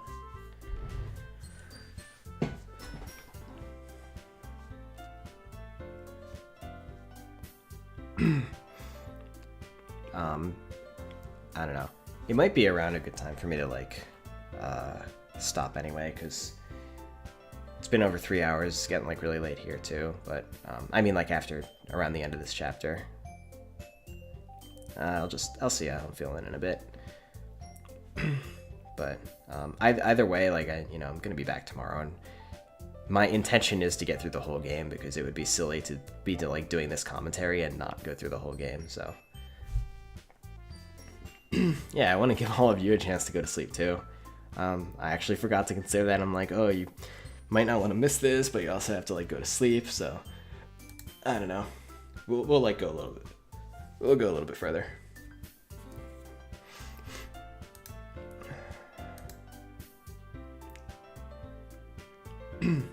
Wow, this one is so close.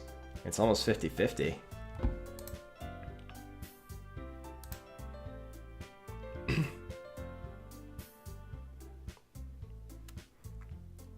Looks like Yuri has the edge. Haha, get it?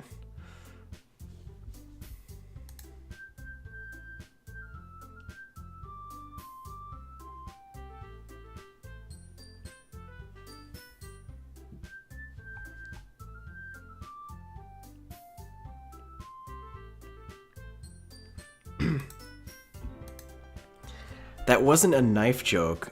Oh my god. I was joking that she's like edgy.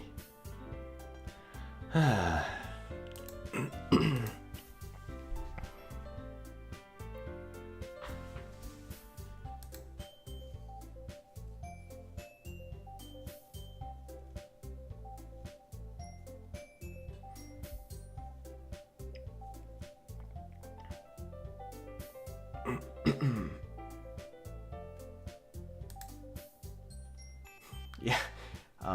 I think, it's still going. I don't know, man. It's a good place to stop. Yuri had just a slight lead the entire time, and as it's looking now, she's ahead by 3 votes, so we're gonna go with Yuri. I don't know, actually, you know what, maybe if I'm feeling it like tomorrow, maybe I'll just go back and do Natsuki too.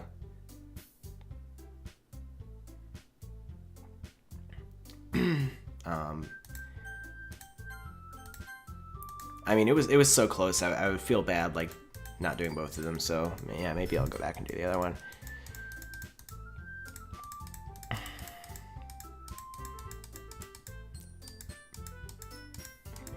But I always feel so bad for the character that's like not picked here, because they're like genuinely feel like dejected, you know? Like they're just like being left alone in this project. It's like there's 2 pairs, and then they're like the 5th, you know, the odd one out. And since Natsuki and Yuri like both have their insecurities about like how they, you know, how much other people like them, it's just like really sad for them to see. Or it's really sad to see. But I'm glad that you know, the other one is like kind of awkwardly trying to support them through it.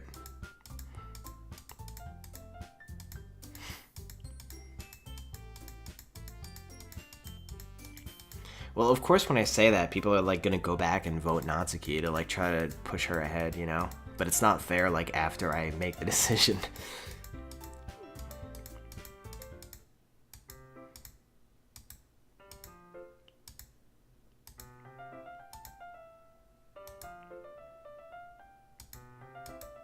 I love this. It's like, yeah, I got her number, boy. Like, I'm in, boys.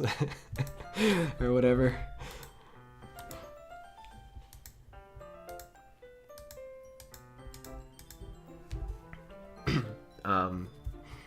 But it's not like this was an excuse for them to exchange numbers, because obviously, like, I don't utilize that much in the story. It was more like they literally need a way to be in touch, like, outside of outside of the club room. So it was like a necessity.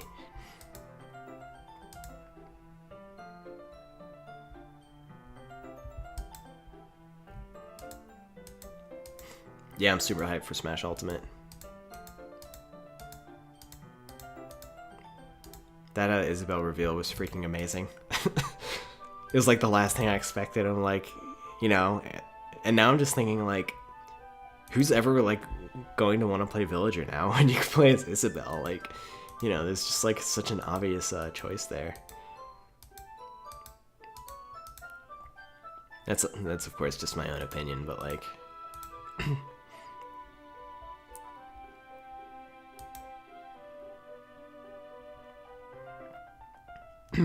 Oh yeah, so about the length of Act 1, that's an interesting point to bring up, and I think I talk about it sometimes, but it doesn't really come up all that much. So, I knew during this game's development that I had to hit like a certain sweet spot for, like, there's like people who have experience with visual novels, and then there's like people who don't really play them, right? The issue is, people who have experience with them, or visual novel enthusiasts, or whatever, they oftentimes enjoy like lengthier exposition because they want to like spend more time with the characters and like get to know them more. However, for people who aren't really into visual novels or like don't play them that much, I think they want it to, like, especially for a game like this where it's just like, you know, so far out of their preferred genre, it's like a tropey dating sim. They want it to get to the point more quickly, you know. It's a situation where I can't please everyone who's going to play the game, and I had to just try my best to like find a balance between it being long enough to lead up to it, but concise enough that it doesn't feel like it really drags on, if that makes sense. That's something that like I, you know, tried to consider regarding the length of Act 1, you know. And then like, you know, a big part of it is like when people stream the game and they like narrate it, it takes so much longer to get through because they're pausing and like commentating on it, and they're like, they have to like speak every single line of dialogue. It takes so much longer that way, and that's again something that I didn't consider as much. I was just thinking about people like playing it solo, where it takes maybe like between 1 hour and 2 hours to get through Act 1, just based on like reading speed or familiarity with visual novels. So, you know, that's kind of around the spot that like I wanted to hit with it, you know, and I think all things considered, it's in a fairly, you know, I always felt like it was in a fairly balanced spot. I felt like it was pretty reasonable. It could always lean in more in one direction or the other based on the type of appeal I was trying to give to the story. But I really just wanted to try to balance it for both of those types of players that I had in mind.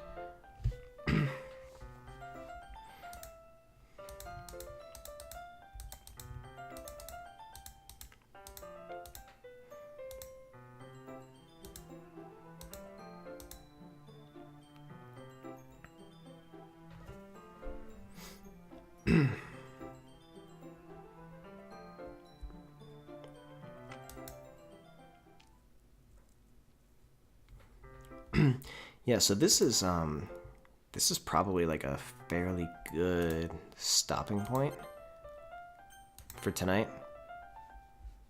You know, because things are about to get a little bit more serious, and so you know, I was like poking fun at a lot of stuff today and talking about sort of a lot of the tropes that went into it, or the basis of the characters. So probably you know, during the next stream I'll be talking a lot more about like the horror elements, you know, and fun things that I was trying to implement in that regard, and feelings I was trying to elicit, stuff like that.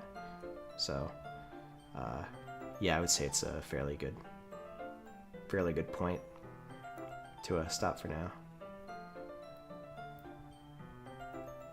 So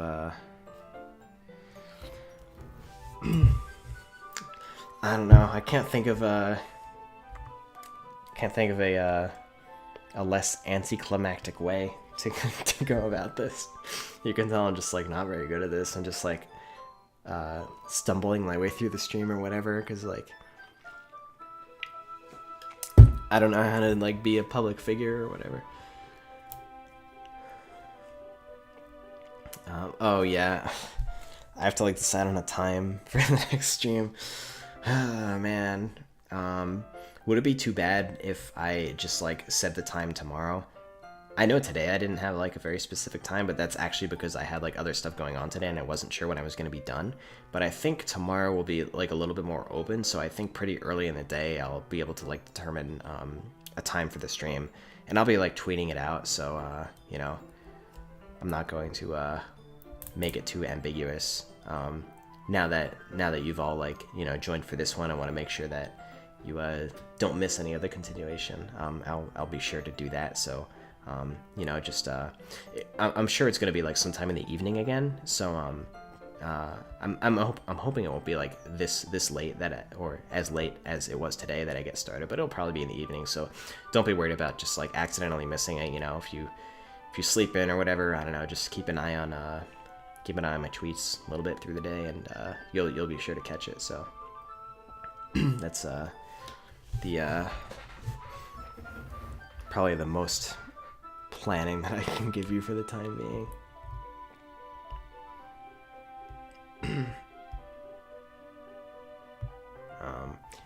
Yeah, I'll save the VOD as well.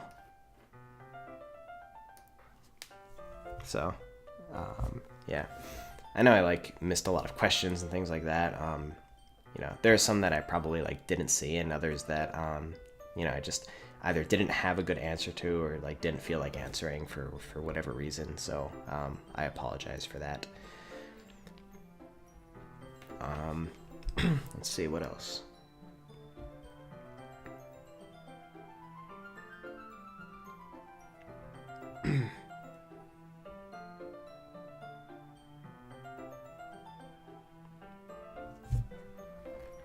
It's so tempting to be like, I don't know, just like play some other casual game or something like that while I have like all these people in the stream or whatever. I don't know. Maybe that's just a sign that I should stream more. I really got to do that. I gotta like get my shit together, man, and you know, have like a schedule in my life, so I can like find, you know, time for streaming. Really want to do that. I mentioned that at the beginning too, but yeah, I would love to just kind of stream a couple times a week and just, you know, do the things that I enjoy, like I don't know, speedrunning and Smash and Stepmania, just like the stuff I do on my stream. So I really want to like kind of just get back to that a little bit. So you know, here's hoping that I can make that happen fairly soon. No announcement tomorrow either. I'll be announcing my stream time.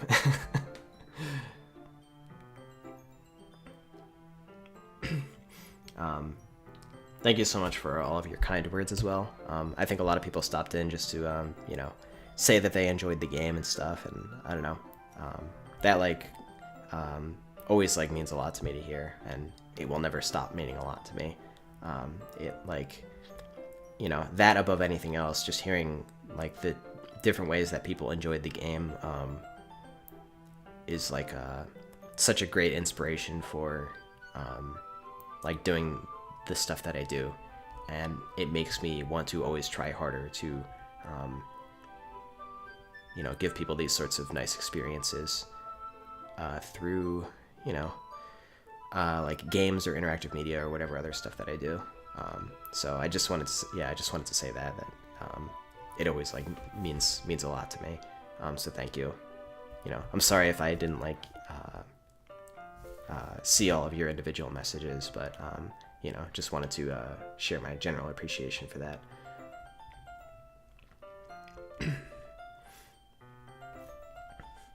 No, I don't have anything like, oh, if you donate, you get to ask a question or whatever. I don't know. That's like, I'm not I'm not making a career out of streaming where I'm like trying to like get your money or whatever.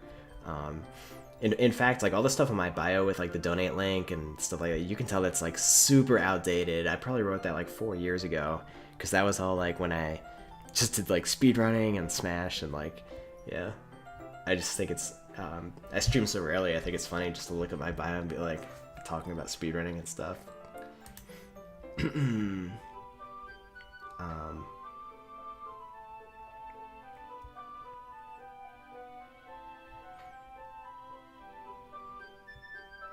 I don't think any character was like the easiest to write for, because I tried to, you know, I tried to give them all the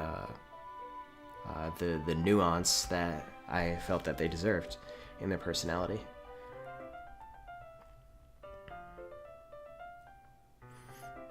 Oh no, All Melons is screwed again for GDQ.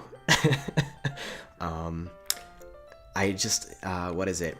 I wanted to create a new route that was like an abridged version of All Melons, but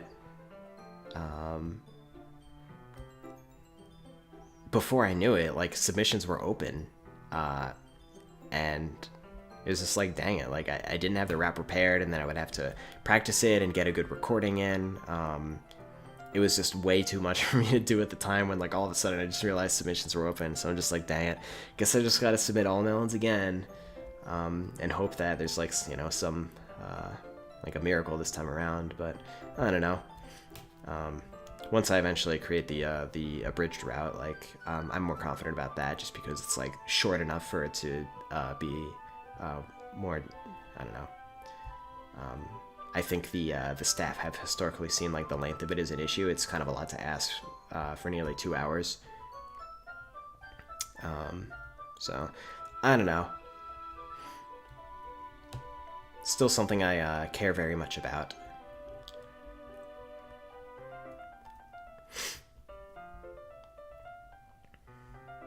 In honor of the roast of Hugo, let's talk about oh my god.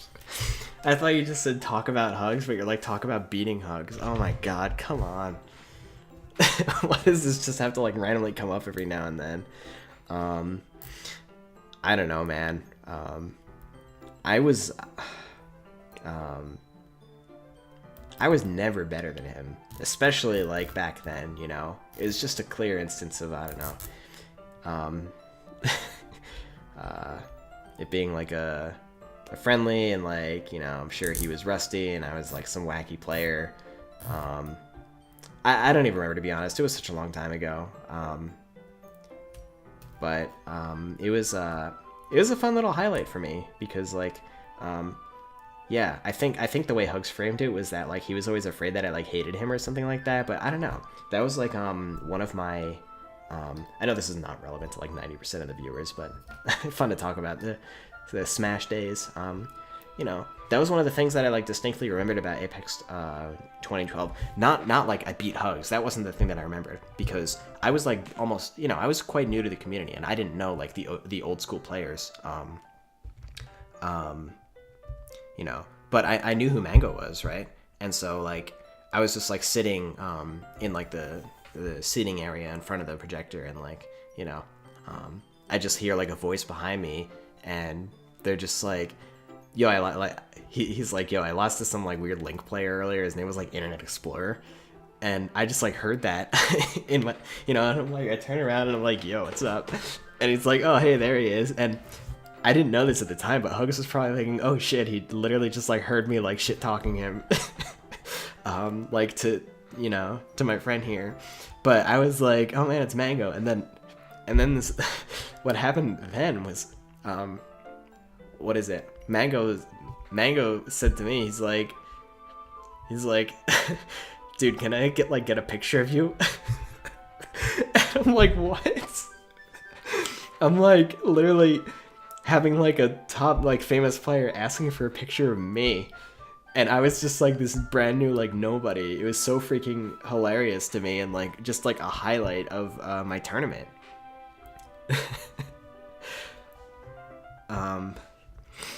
So that's what I remember out of that. It was just like such a fun memory for me, you know. And the more I learned about the Smash community and you know, Hugs being like an OG player, I, you know, learned to like respect him a whole lot. It's cool that he's like been around for so long. He's like a great player. He's way more skilled than me.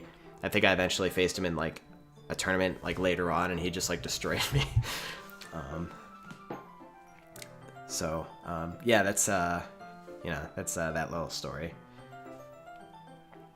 That's the memory I have of that. It's just so funny how we had completely different interpretations of it. It was only like a few months ago that I learned about Hugs' side, and I'm like, yeah, I was just so surprised. I'm like, come on, man, like that was literally like a good memory for me.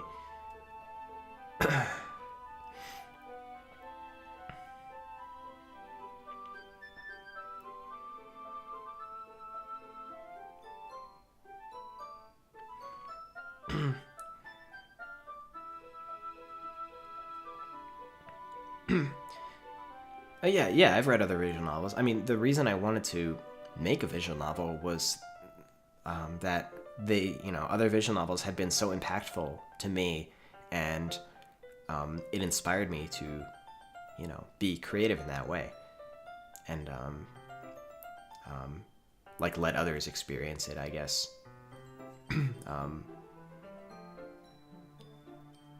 In just like, you know, the way that I felt like doing.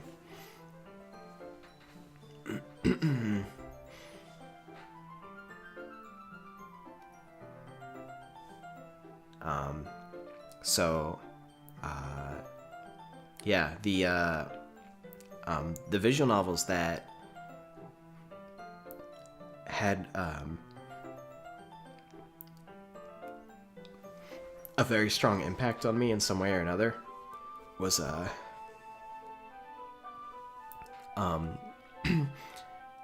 first one being Tsukihime, which was the first visual novel that I read, and that was part of the reason it had like such a strong emotional impact, but also like it being very focused on the characters and the kind of the overall story, like evolving based on your understanding of like the tragic backstory of the characters. It was such like a moving story when I read it. Yeah, so I thoroughly enjoyed that. It like meant a lot to me as like a first visual novel, you know. And that story has like, you know, that has its flaws as well, of course. It's not like a perfect story, and it's not like the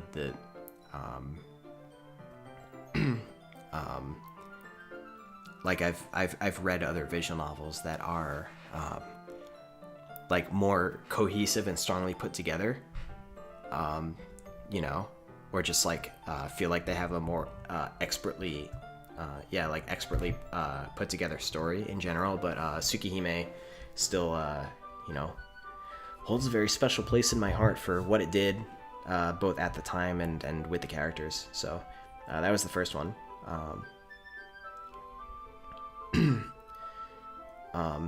It also taught me that like something doesn't need to be like super perfect and professional in every way in order to have a strong impact. I think that was important because like what is it, you know, the games that like had the strongest impact on me were like these super professional, you know, like AAA games, like, you know, certain Nintendo games, or like Mist and Riven or Portal, you know, like I guess Braid. You know, Braid was like an indie game, but it was still very beautifully put together. But then Tsukihime, both because of its age and because of its like very small team and you know, limited experience in various fields, it was like you know, it only had like 10 songs in the soundtrack approximately, and for like a 50-hour game or whatever. You know, it was like very a lot of, you know, like the visuals and the resolution and all of that stuff like felt very dated, but you know, but aside from all these factors, it still had like such a strong emotional impact on me, and I'm like, that in itself was inspiring, because I felt like you know, I don't need to like I don't need to make like AAA quality stuff in order to like, you know, in order for at least some people to like enjoy my content, you know? So that ended up like being a pretty powerful lesson for me. You know, I think it gave me more courage to just like, you know, make the stuff that I wanted without constantly like, you know, scrapping and redoing and like trying to make like, you know, things that are too great of a quality that I'm not yet capable of doing. Yeah, that was a pretty long explanation of Tsukihime, but that's yeah, that's what it did for me overall.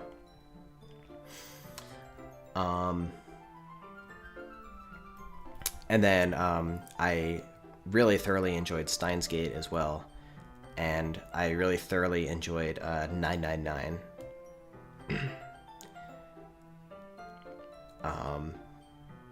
So those are probably the big ones that like I like got the most that like impacted me the most.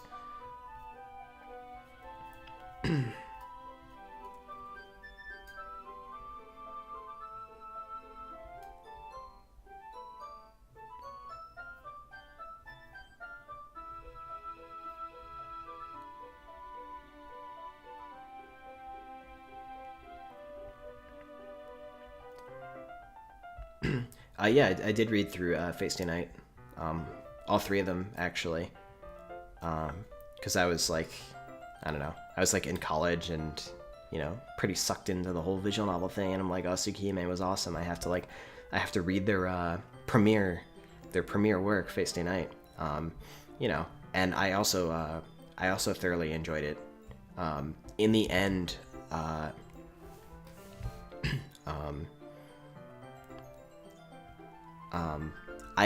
I ended up liking Tsukihime more, just because of my personal preferences in like, you know, storytelling, or like what I look for in you know, in the stories that I enjoy.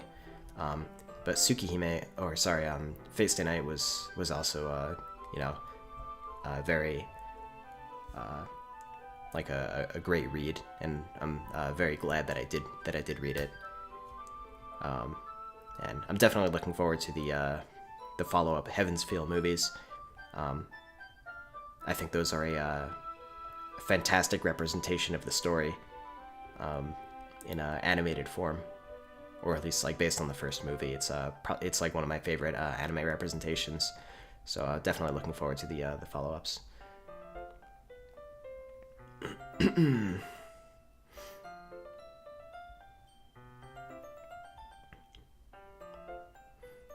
Thank you so much, Narga. That means a lot to me.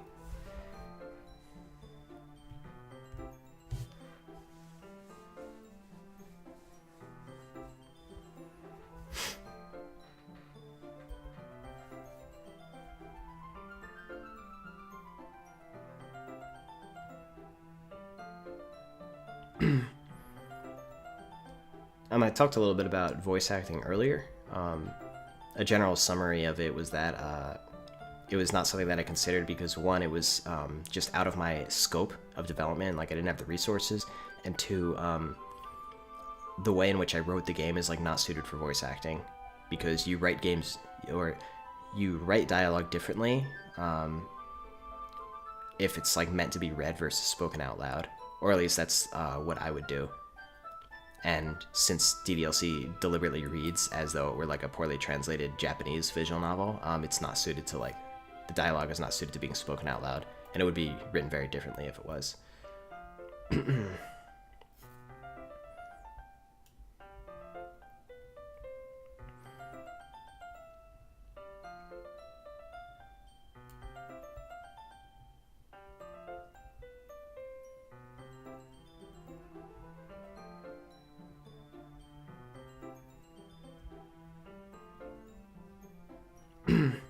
Not too sure what you mean by did I enjoy the horror aspect of DDLC. Like, did I enjoy making it? Yeah. I had a ton of fun, you know, like adding horror elements to the game. I felt like it was like such a great canvas to play with, just to like implement all these fun little ideas that I had. you know, just like finding like fun ways to break the rules.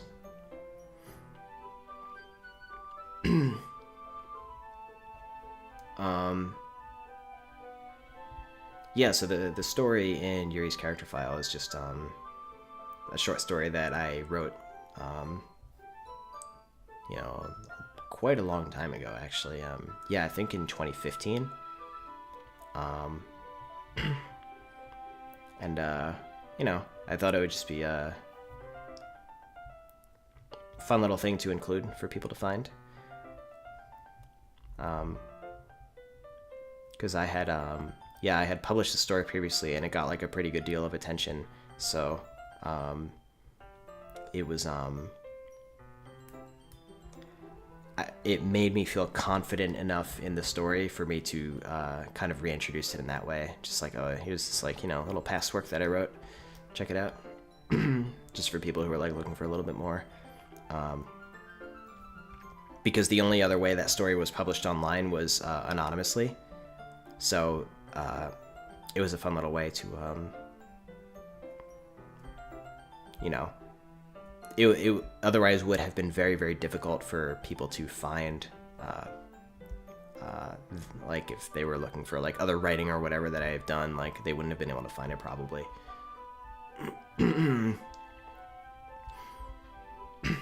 Yeah, Monica's socks. Believe it or not, that is something that I've talked about before. I think the decision to give someone different colored stockings came before giving them to Monica. I think I just felt like, you know, I want to give one of the characters black stockings. Just as like a little, I don't know, little personal detail. And it was like, I was thinking about like Yuri, but I was like talking about it with other designers a little bit, and it was like, I don't know, she's not like, it doesn't feel like something she would like deliberately do to like be, you know,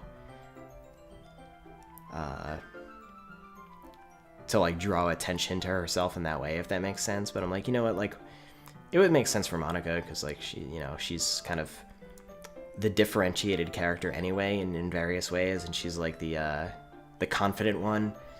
So it like, you know, that's kind of how it worked out.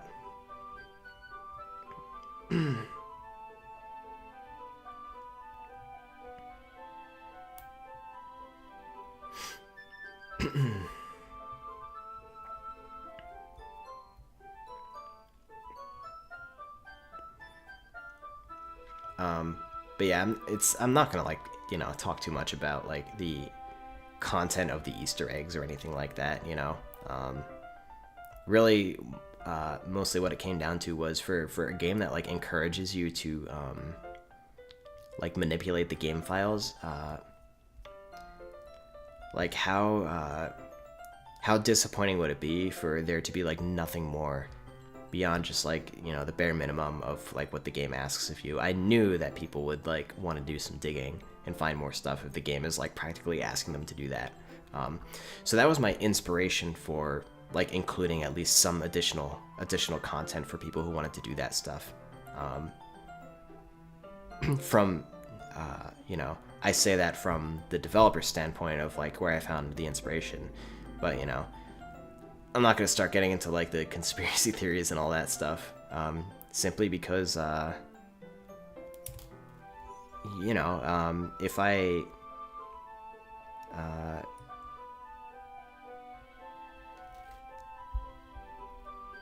that's not my space to get involved in, you know. For one, like theories, you know, it's very fun for that to be like a part of the fan community, and two, if people are asking about that content in relation to like future work, then it just comes down to like, I'm not ready to talk about future work yet, you know, and when I'm ready to talk about future work, I will. So in, you know, on both of those topics, one, like the theories, and two, like future work, you know, that's pretty much like what I have to say about that. How tall am I? I am 5'3". I am a tiny little man.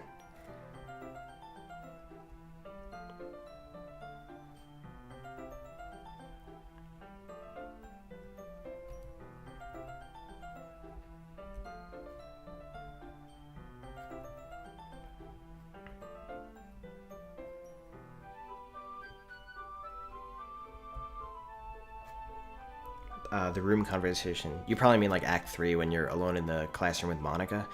I haven't timed it, actually. And it also depends on like reading speed, I guess. But I would say on average it could probably go on for about 2 hours before Monica starts repeating topics.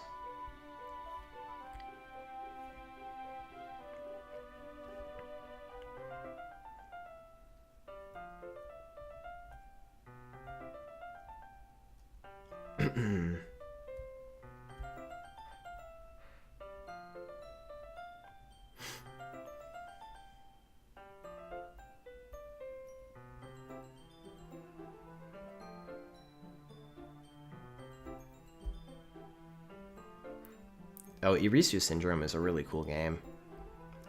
It's not even something that I like played through in full, but like, you know, the bits and pieces that I've seen, I always thought it was like really cool. I wouldn't be surprised if some of the concepts used in Irisu Syndrome were an inspiration to me in some way, despite me not having spent like very extensive intimate time with the game. It was just a pretty good example of like what's possible to do when messing around with or when games do stuff beyond like following its own rules.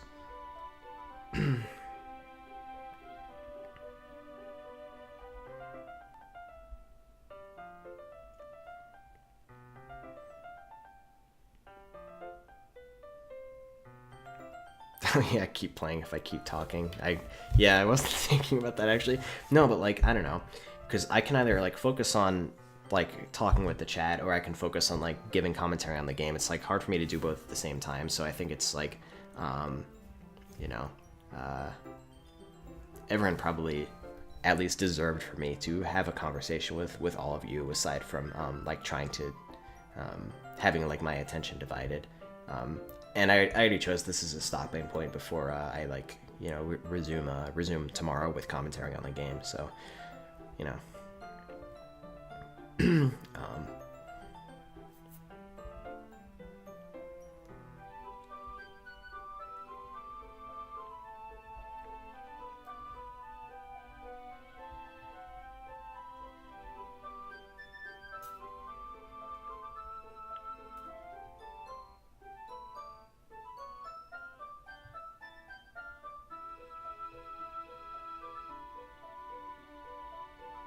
DDLC did not receive an update on Steam. If it did receive an update on Steam, then it might have been related to Steam's experimental. I forget what the feature is called, but it was the experimental wrapper for playing Windows games in Linux. Which when Valve announced that, and they announced that DDLC was like one of the pilot games for that, like a lot of people like tweeted, they're like, what the heck, that's kind of ridiculous, because DDLC like is already compatible with Linux, and you just haven't activated it on Steam, Dan. Like, you know, it's kind of embarrassing that like Valve is doing this when it's like already has a Linux port. And I acknowledge that, but when I received the email about DDLC like kind of being a pilot game for that, I was like, you know, I was thinking like, okay, like it makes sense for this to be like a good opportunity for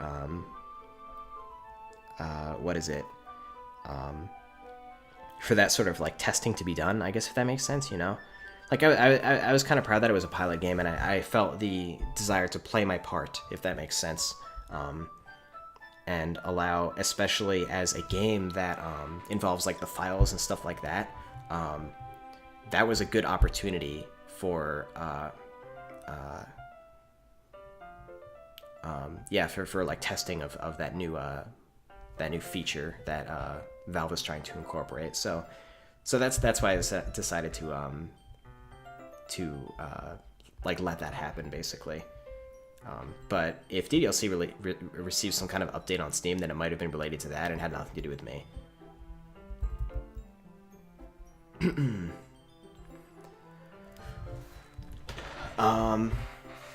I think that's probably where I'm stopping for now. I already definitely went on some serious overtime with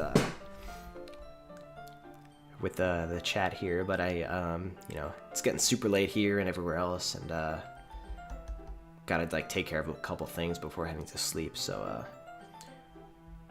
yeah, we'll go ahead and end the stream here. But you know, I'll be back tomorrow. Just keep an eye on my tweets to find the time at which I'll be streaming, because I'm not totally sure yet, but it will be sometime in the evening. So we will continue the playthrough then with my commentary, hopefully finishing up tomorrow. So